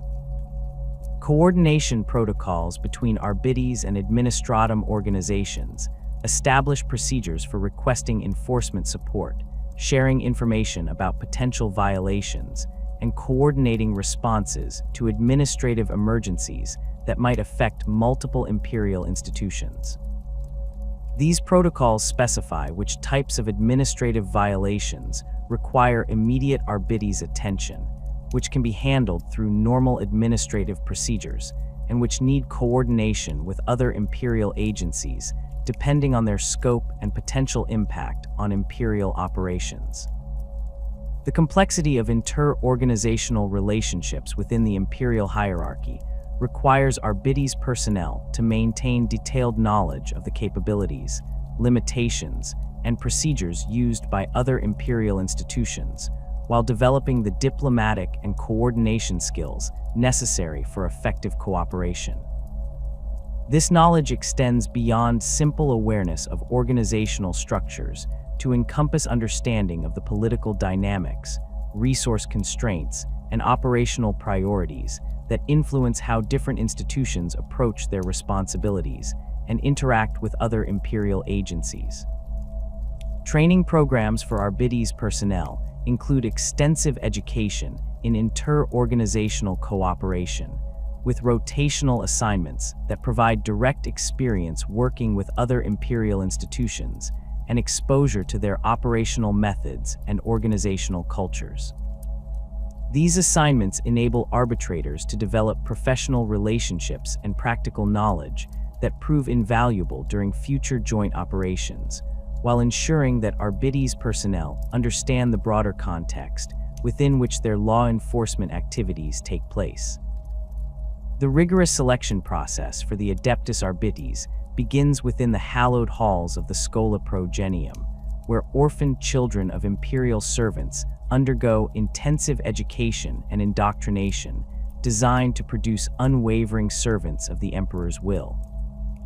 These institutions, scattered across thousands of worlds throughout the Imperium, serve as the primary recruitment source for the Adeptus Arbites, carefully identifying candidates who possess the unique combination of intellectual capability, physical prowess, and moral fortitude necessary for effective law enforcement across the galaxy's diverse and often hostile environments. The identification of potential Arbites candidates occurs during the final years of Schola Progenium education, when instructors conduct comprehensive evaluations of students who have demonstrated exceptional performance in relevant academic and practical subjects. These assessments focus particularly on students who excel in imperial history, legal studies, and tactical analysis, while maintaining exemplary disciplinary records and showing natural leadership abilities among their peers. The evaluation process extends beyond simple academic achievement to encompass psychological testing that measures emotional stability, resistance to corruption, and the capacity to make difficult decisions under extreme pressure. Physical screening procedures ensure that candidates possess the bodily capabilities necessary to survive the demanding training regimen and operational requirements that characterize Arbites service. These examinations include endurance testing that simulates the prolonged stress of extended enforcement operations, combat assessments that evaluate weapons proficiency and hand-to-hand fighting skills, and medical screening that identifies any genetic or physiological factors that might compromise performance in hostile environments. Candidates must demonstrate proficiency with standard Imperial weapons, particularly the combat shotgun that serves as the primary armament for arbitrators, while showing adaptability to different combat scenarios and environmental conditions. Psychological evaluation represents perhaps the most crucial component of the selection process, as the nature of Arbites duties requires individuals capable of maintaining absolute loyalty to Imperial law while exercising significant discretionary authority in complex situations. Trained psychologists conduct extensive interviews and testing designed to identify candidates with the mental resilience necessary to resist corruption, the moral clarity required to distinguish between justice and vengeance, and the emotional stability needed to function effectively in the face of constant exposure to criminal behavior and social decay. These evaluations pay particular attention to identifying individuals whose personal experiences or psychological makeup might make them susceptible to the various forms of corruption encountered during law enforcement operations. The assessment of moral character involves detailed examination of candidates' responses to ethical dilemmas and their understanding of the principles underlying Imperial law and justice. Instructors present hypothetical scenarios that test candidates' ability to balance competing interests while maintaining focus on their primary obligation to enforce Imperial law. These scenarios often involve situations where local customs conflict with Imperial regulations, where enforcement actions might create political complications, or where personal relationships might influence professional decisions. Successful candidates demonstrate consistent adherence to Imperial principles while showing the flexibility necessary to adapt their approaches to different circumstances without compromising their fundamental obligations. Academic preparation for Arbites service emphasizes comprehensive understanding of Imperial law, administrative procedures, and the complex relationships between different Imperial institutions that candidates will encounter throughout their careers. Students receive intensive instruction in the Lex Imperialis, learning not merely the specific provisions of Imperial law, but the underlying principles and historical development that shape legal interpretation and application. This education includes detailed study of legal precedents, case studies from significant Arbites operations, and analysis of complex jurisdictional questions that arise when Imperial law intersects with local customs and planetary governance structures. The curriculum includes extensive training in investigation techniques, evidence collection procedures, and interrogation methods that enable future arbitrators to conduct effective criminal investigations across diverse planetary environments. Students learn to operate sophisticated forensic equipment, analyze various types of physical evidence, and conduct interviews with witnesses and suspects from different cultural backgrounds. This training emphasizes the importance of maintaining legal compliance and proper documentation, while adapting investigative approaches to local conditions and available resources. Combat training for prospective arbitrators focuses on the specific tactical situations and weapon systems they will encounter during enforcement operations, rather than general military combat techniques. Students receive intensive instruction in urban warfare tactics, crowd control procedures, and the use of specialized law enforcement equipment including shock mauls, suppression shields, and non-lethal weapons designed for civilian pacification. This training emphasizes precision and restraint, teaching candidates to employ appropriate levels of force while minimizing collateral damage and maintaining public support for Imperial authority. The physical conditioning program transforms candidates into formidable law enforcement officers, capable of operating effectively in the harsh environments and dangerous situations that characterize Arbites operations throughout the galaxy. This conditioning includes strength training, designed to enable prolonged wear of heavy carapace armor, endurance development that allows sustained operations in hostile environments, and agility training that improves performance in urban combat situations. Candidates undergo exposure to various atmospheric conditions, gravitational variations, and environmental hazards they might encounter on different worlds, developing the physical adaptability necessary for effective service across diverse planetary environments. Mental conditioning procedures prepare candidates for the psychological stresses and moral challenges inherent in law enforcement work, while building the emotional resilience necessary to maintain effectiveness despite constant exposure to criminal behavior and social corruption. These procedures include meditation techniques derived from Imperial religious practices, stress management training that enables continued function under extreme pressure, and psychological preparation for making life and death decisions in situations where hesitation might result in civilian casualties or mission failure. The conditioning emphasizes the development of unwavering loyalty to Imperial law and the Emperor's will, creating mental frameworks that enable candidates to resist corruption and maintain moral clarity regardless of external pressures. Specialized instruction in Imperial jurisprudence provides candidates with detailed knowledge of legal procedures, courtroom protocols, and the complex relationship between Imperial law and local planetary governance that they will navigate throughout their careers. This instruction covers everything from basic arrest procedures and evidence handling requirements to complex constitutional questions involving the relationship between Imperial authority and planetary sovereignty. Candidates learn to conduct legal research using the vast archives maintained in fortress precincts, interpret legal precedents in novel situations, and prepare comprehensive case files that meet the exacting standards required for successful prosecutions under Imperial law. The study of criminal psychology enables future arbitrators to understand the motivations and methods used by different types of criminals, from individual offenders driven by personal circumstances to sophisticated criminal organizations that operate across multiple star systems.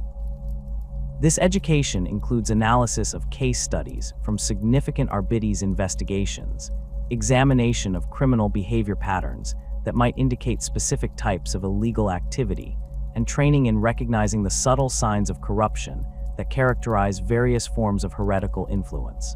Candidates learn to distinguish between different categories of criminal behavior and select appropriate investigative and enforcement approaches for each type of case. Administrative training prepares candidates for the extensive documentation and coordination requirements that characterize modern law enforcement operations within the Imperial bureaucracy. Future arbitrators learn to navigate complex administrative procedures, maintain detailed records of their activities and decisions, and coordinate effectively with other Imperial institutions whose cooperation proves essential for successful enforcement operations. This training includes instruction in communication protocols, resource requisition procedures, and the political considerations that influence how different Imperial organizations approach their responsibilities and interact with law enforcement agencies. The indoctrination process reinforces candidates' loyalty to the Emperor and Imperial law while building the psychological frameworks necessary to resist the various forms of corruption they will encounter during their service. This indoctrination combines religious instruction in Imperial doctrine with practical training in recognizing and resisting chaos influence, alien manipulation, and other threats to spiritual and moral integrity. Candidates undergo extensive exposure to Imperial history and the philosophical foundations of Imperial law, developing deep understanding of the principles that guide their service and the broader context within which their individual actions contribute to Imperial security and prosperity. Practical field exercises provide candidates with hands-on experience in law enforcement procedures under controlled conditions that simulate the challenges they will face during actual operations. These exercises include mock investigations, where candidates must gather evidence and identify perpetrators, crowd control scenarios that test their ability to maintain order without excessive force, and complex legal situations that require careful analysis of jurisdictional boundaries and appropriate enforcement responses. The exercises emphasize teamwork and coordination, while testing individual decision-making capabilities and adherence to proper procedures under stress. The evaluation of candidates during practical exercises focuses on their ability to apply theoretical knowledge to real-world situations while maintaining the professional standards and legal compliance expected of Imperial law enforcement officers.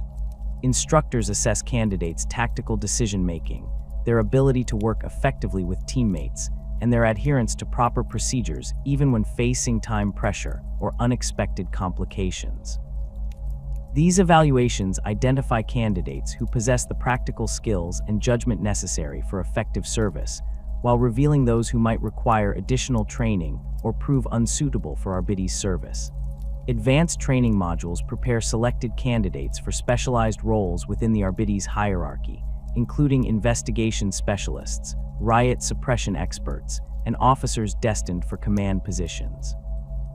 These modules provide intensive instruction in specific areas of expertise while maintaining the broad knowledge base that enables all arbitrators to function effectively in diverse operational situations.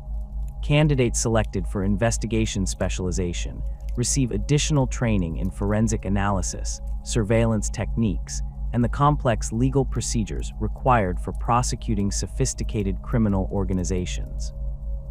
Those destined for riot suppression roles undergo extensive training in crowd psychology, non-lethal weapon systems, and the coordination procedures necessary for effective crowd control operations. The final assessment phase determines which candidates receive assignment to active Arbites units and their initial postings within the organization's hierarchy. This assessment combines performance evaluations from all phases of training with psychological profiles and aptitude testing that identifies the most appropriate roles for each individual. Successful candidates receive their first assignments as chasteners under the supervision of experienced arbitrators, beginning their practical service while continuing to develop the skills and judgment necessary for advancement within the organization. The ongoing development of Arbites personnel continues throughout their careers through regular training updates, specialized courses, and rotational assignments that expose officers to different aspects of law enforcement operations. These programs ensure that arbitrators maintain current knowledge of evolving criminal methods, new technologies, and changes in Imperial law or policy that affect their operational procedures. Advanced training opportunities enable promising officers to develop the specialized expertise necessary for promotion to senior positions, while maintaining the broad competence expected of all Arbites personnel. The Adeptus Arbites stands as one of the most enduring and influential institutions within the Imperium of Man, their black armored presence serving as both shield and sword in the eternal struggle to maintain order across 1,000,000 worlds. Throughout 10 millennia of service, the organization has evolved from the Emperor's original vision of unified law enforcement into a complex institution that shapes Imperial society at every level, from the sprawling hive cities of core worlds to the frontier settlements at the galaxy's edge. Their influence extends far beyond simple crime prevention, touching every aspect of Imperial life through their role as guardians of the legal framework that binds human civilization together. The stability provided by Arbites' enforcement operations creates the foundation upon which imperial society functions, enabling the complex economic, military, and administrative systems that sustain humanity's galactic empire. Without consistent enforcement of imperial law, the vast trade networks that connect distant worlds would collapse under the weight of piracy and fraud, while the taxation systems that fund imperial military forces would crumble as worlds discovered they could ignore their obligations without consequence. The mere presence of fortress precincts on major worlds serves as a constant reminder that imperial authority extends beyond the reach of local corruption and political maneuvering, creating psychological pressure that encourages compliance even when direct enforcement proves impossible. The economic impact of Arbites' operations extends throughout imperial commerce, as their enforcement of trade regulations and taxation requirements ensures the steady flow of resources necessary for imperial military operations and administrative functions. Merchants operating along major trade routes adjust their business practices to comply with imperial regulations, not merely to avoid prosecution, but because consistent enforcement creates predictable conditions that enable long-term planning and investment. The suppression of smuggling operations protects legitimate businesses from unfair competition, while ensuring that imperial taxes and duties generate the revenue necessary to maintain the military forces that protect those same trade routes from external threats. Criminal organizations throughout the galaxy modify their operational methods in response to Arbites' capabilities and procedures, creating an ongoing evolution in criminal tactics that drives corresponding developments in law enforcement techniques. The sophisticated investigation methods employed by Arbites' units force criminal networks to adopt increasingly complex security measures and organizational structures, while the threat of summary execution deters many potential criminals from engaging in activities that might attract imperial attention. This dynamic relationship between law enforcement and criminal innovation creates a constant pressure for improvement in both areas, driving technological and procedural developments that benefit imperial security more broadly. Cultural perceptions of the Adeptus Arbites vary significantly across different segments of imperial society, reflecting the complex relationship between law enforcement authority and civilian populations that characterizes governance throughout the Imperium. Among law-abiding citizens, particularly those in positions of responsibility within imperial institutions, arbitrators represent security and stability, their presence providing reassurance that criminal activities will face appropriate consequences and that imperial law will protect those who fulfill their obligations to the emperor. These positive perceptions create social pressure that encourages cooperation with law enforcement and voluntary compliance with imperial regulations, even in areas where direct enforcement proves difficult. The distinctive appearance of Arbites' personnel reinforces their psychological impact on civilian populations, as their black carapace armor and imposing weapons create immediate recognition of imperial authority that transcends local political boundaries and cultural differences. The standardized equipment and procedures used by arbitrators throughout the galaxy create consistent expectations about their capabilities and methods, enabling civilians to understand their role and respond appropriately regardless of planetary location or local circumstances. This consistency proves particularly valuable in areas where local law enforcement agencies lack credibility or effectiveness, as citizens recognize that Arbites' intervention represents genuine imperial commitment to maintaining order. Public ceremonies and trials conducted by the Adeptus Arbites serve important educational functions that reinforce imperial values and legal principles among civilian populations. The formal procedures and ritualistic elements of Arbites' courtrooms emphasize the majesty and authority of imperial law while demonstrating the careful deliberation that characterizes imperial justice. These public displays create opportunities for citizens to observe the practical application of legal principles they encounter in imperial doctrine, while the visible consequences faced by convicted criminals provide powerful deterrent effects that extend far beyond the immediate participants in legal proceedings. The relationship between arbitrators and local populations requires careful management of competing interests and expectations, as law enforcement activities often conflict with local customs and economic interests while serving broader imperial objectives.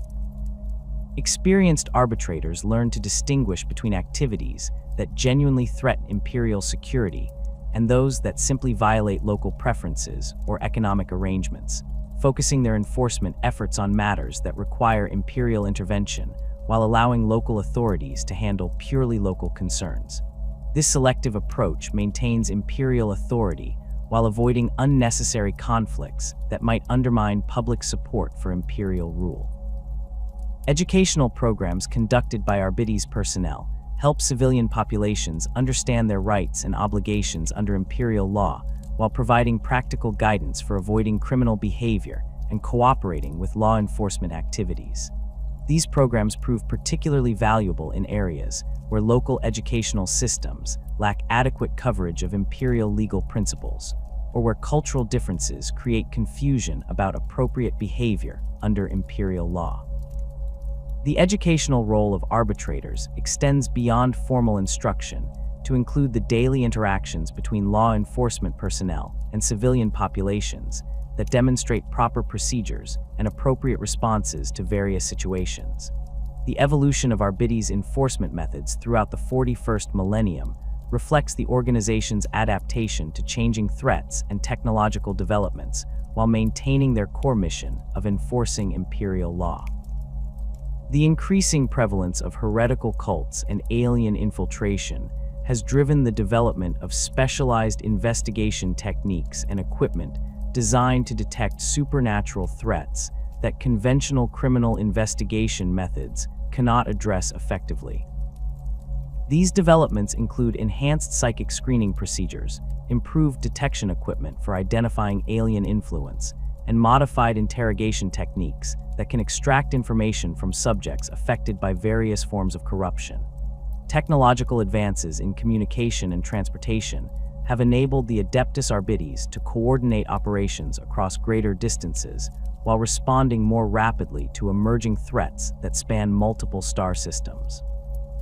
Improved astropathic communication networks allow real-time coordination between fortress precincts separated by thousands of light years, while advances in spacecraft design enable rapid deployment of specialized investigation teams to locations where local Arbites resources prove inadequate. These technological improvements have transformed the organization from a collection of independent planetary law enforcement agencies into a truly integrated galactic institution capable of addressing threats that transcend local boundaries. The increasing complexity of criminal organizations and their methods has driven corresponding developments in Arbites training and operational procedures, as traditional law enforcement techniques prove insufficient for addressing sophisticated networks that exploit modern technology and imperial bureaucratic complexity. Advanced investigation techniques now include financial analysis capabilities that can trace complex money laundering schemes across multiple worlds, while improved surveillance technology enables monitoring of criminal communications that employ encryption and counter-surveillance measures.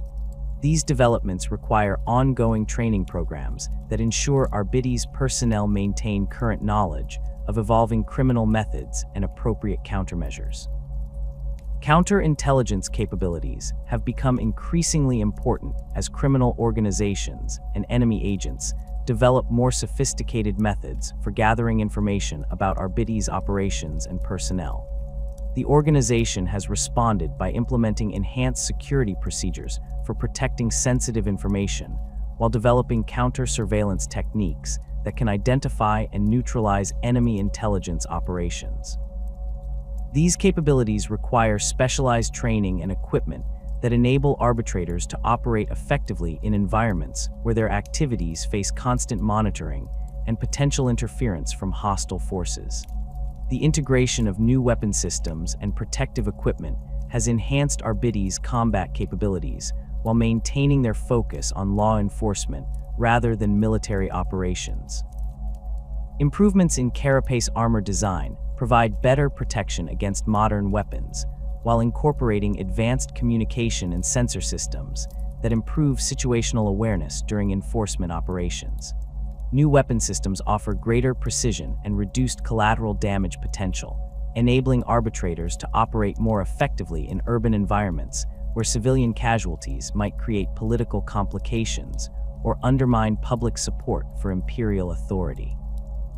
Future challenges facing the Adeptus Arbites reflect the broader difficulties confronting the Imperium as it struggles to maintain control over its vast territories while facing increasing threats from external enemies and internal corruption.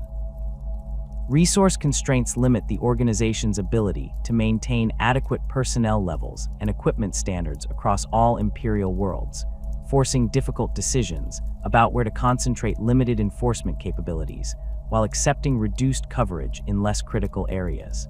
These constraints require improved efficiency in operations and better coordination with other Imperial institutions to maximize the effectiveness of available resources. The growing influence of chaos corruption throughout Imperial space creates unprecedented challenges for law enforcement agencies that must address threats operating on spiritual and psychological levels that traditional investigative methods cannot detect or counter effectively. The subtle nature of early chaos corruption makes it extremely difficult to identify until it has already spread throughout communities, while the supernatural capabilities possessed by fully corrupted individuals exceed the capabilities of conventional law enforcement techniques. These challenges require ongoing development of new detection methods and protective procedures that can address supernatural threats while maintaining the legal framework necessary for effective prosecution under Imperial law. Heretical activity has increased significantly throughout the 41st millennium as various chaos cults exploit social tensions and economic hardships to recruit new members and spread their corruption through Imperial society. The sophisticated recruitment and operational methods employed by modern heretical organizations require corresponding improvements in Arbites' counter-cult capabilities, including enhanced training in recognizing subtle signs of heretical influence and improved coordination with ecclesiarchy and inquisition forces that possess specialized expertise in addressing spiritual threats. The investigation and suppression of heretical activities must balance the need for thorough action against the risk of creating martyrs or driving corruption underground, where it becomes even more difficult to detect and counter. The expansion of alien threats throughout Imperial space creates additional challenges as various xenospecies develop more sophisticated methods for infiltrating human society and corrupting Imperial institutions from within. Genestealer cults represent the most obvious example of this trend, but other alien species employ subtler forms of influence that can affect human behavior and decision-making without producing obvious physical changes that conventional detection methods can identify. The development of effective countermeasures against alien infiltration requires ongoing research and development efforts that strain already limited resources while demanding specialized expertise that few Imperial institutions possess. Technological developments among criminal organizations and enemy forces continue to outpace the resources available for developing appropriate countermeasures, creating ongoing challenges for law enforcement agencies that must address increasingly sophisticated threats with limited budgets and personnel. Advanced encryption methods, improved surveillance detection capabilities, and enhanced weapons systems available to criminal organizations require corresponding improvements in Arbites' equipment and training that may exceed available funding and technical expertise. These technological gaps create vulnerabilities that enemy forces can exploit while limiting the effectiveness of traditional law enforcement approaches.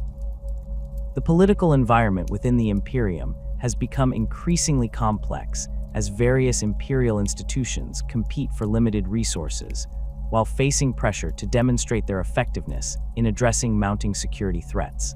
The Adeptus Arbites must navigate these political challenges while maintaining their independence and focus on law enforcement objectives, avoiding entanglement in broader political conflicts that might compromise their effectiveness or credibility. This political navigation requires diplomatic skills and strategic thinking that extend beyond traditional law enforcement capabilities, while maintaining the organization's core identity and mission focus. As the Imperium enters the closing years of the 41st millennium, the Adeptus Arbites remains an essential institution whose continued effectiveness proves crucial for maintaining the stability and unity that enable human civilization to survive in an increasingly hostile galaxy. Their legacy spans 10,000 years of faithful service to the Emperor's vision of unified law and justice, while their ongoing adaptation to new challenges demonstrates the institutional resilience necessary for continued effectiveness in an ever-changing strategic environment.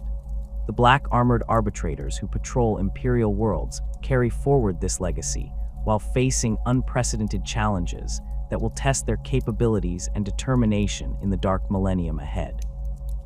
The enduring impact of the Adeptus Arbites on Imperial society extends far beyond their immediate law enforcement functions to encompass their role as guardians of the legal and moral framework that defines human civilization in the 41st millennium.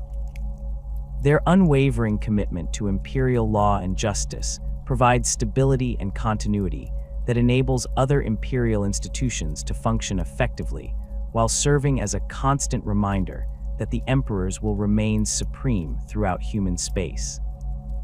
In a galaxy where darkness and corruption threaten to overwhelm the light of human civilization, the Adeptus Arbites stands as an eternal bulwark against chaos, ensuring that imperial law endures as long as humanity itself survives among the stars.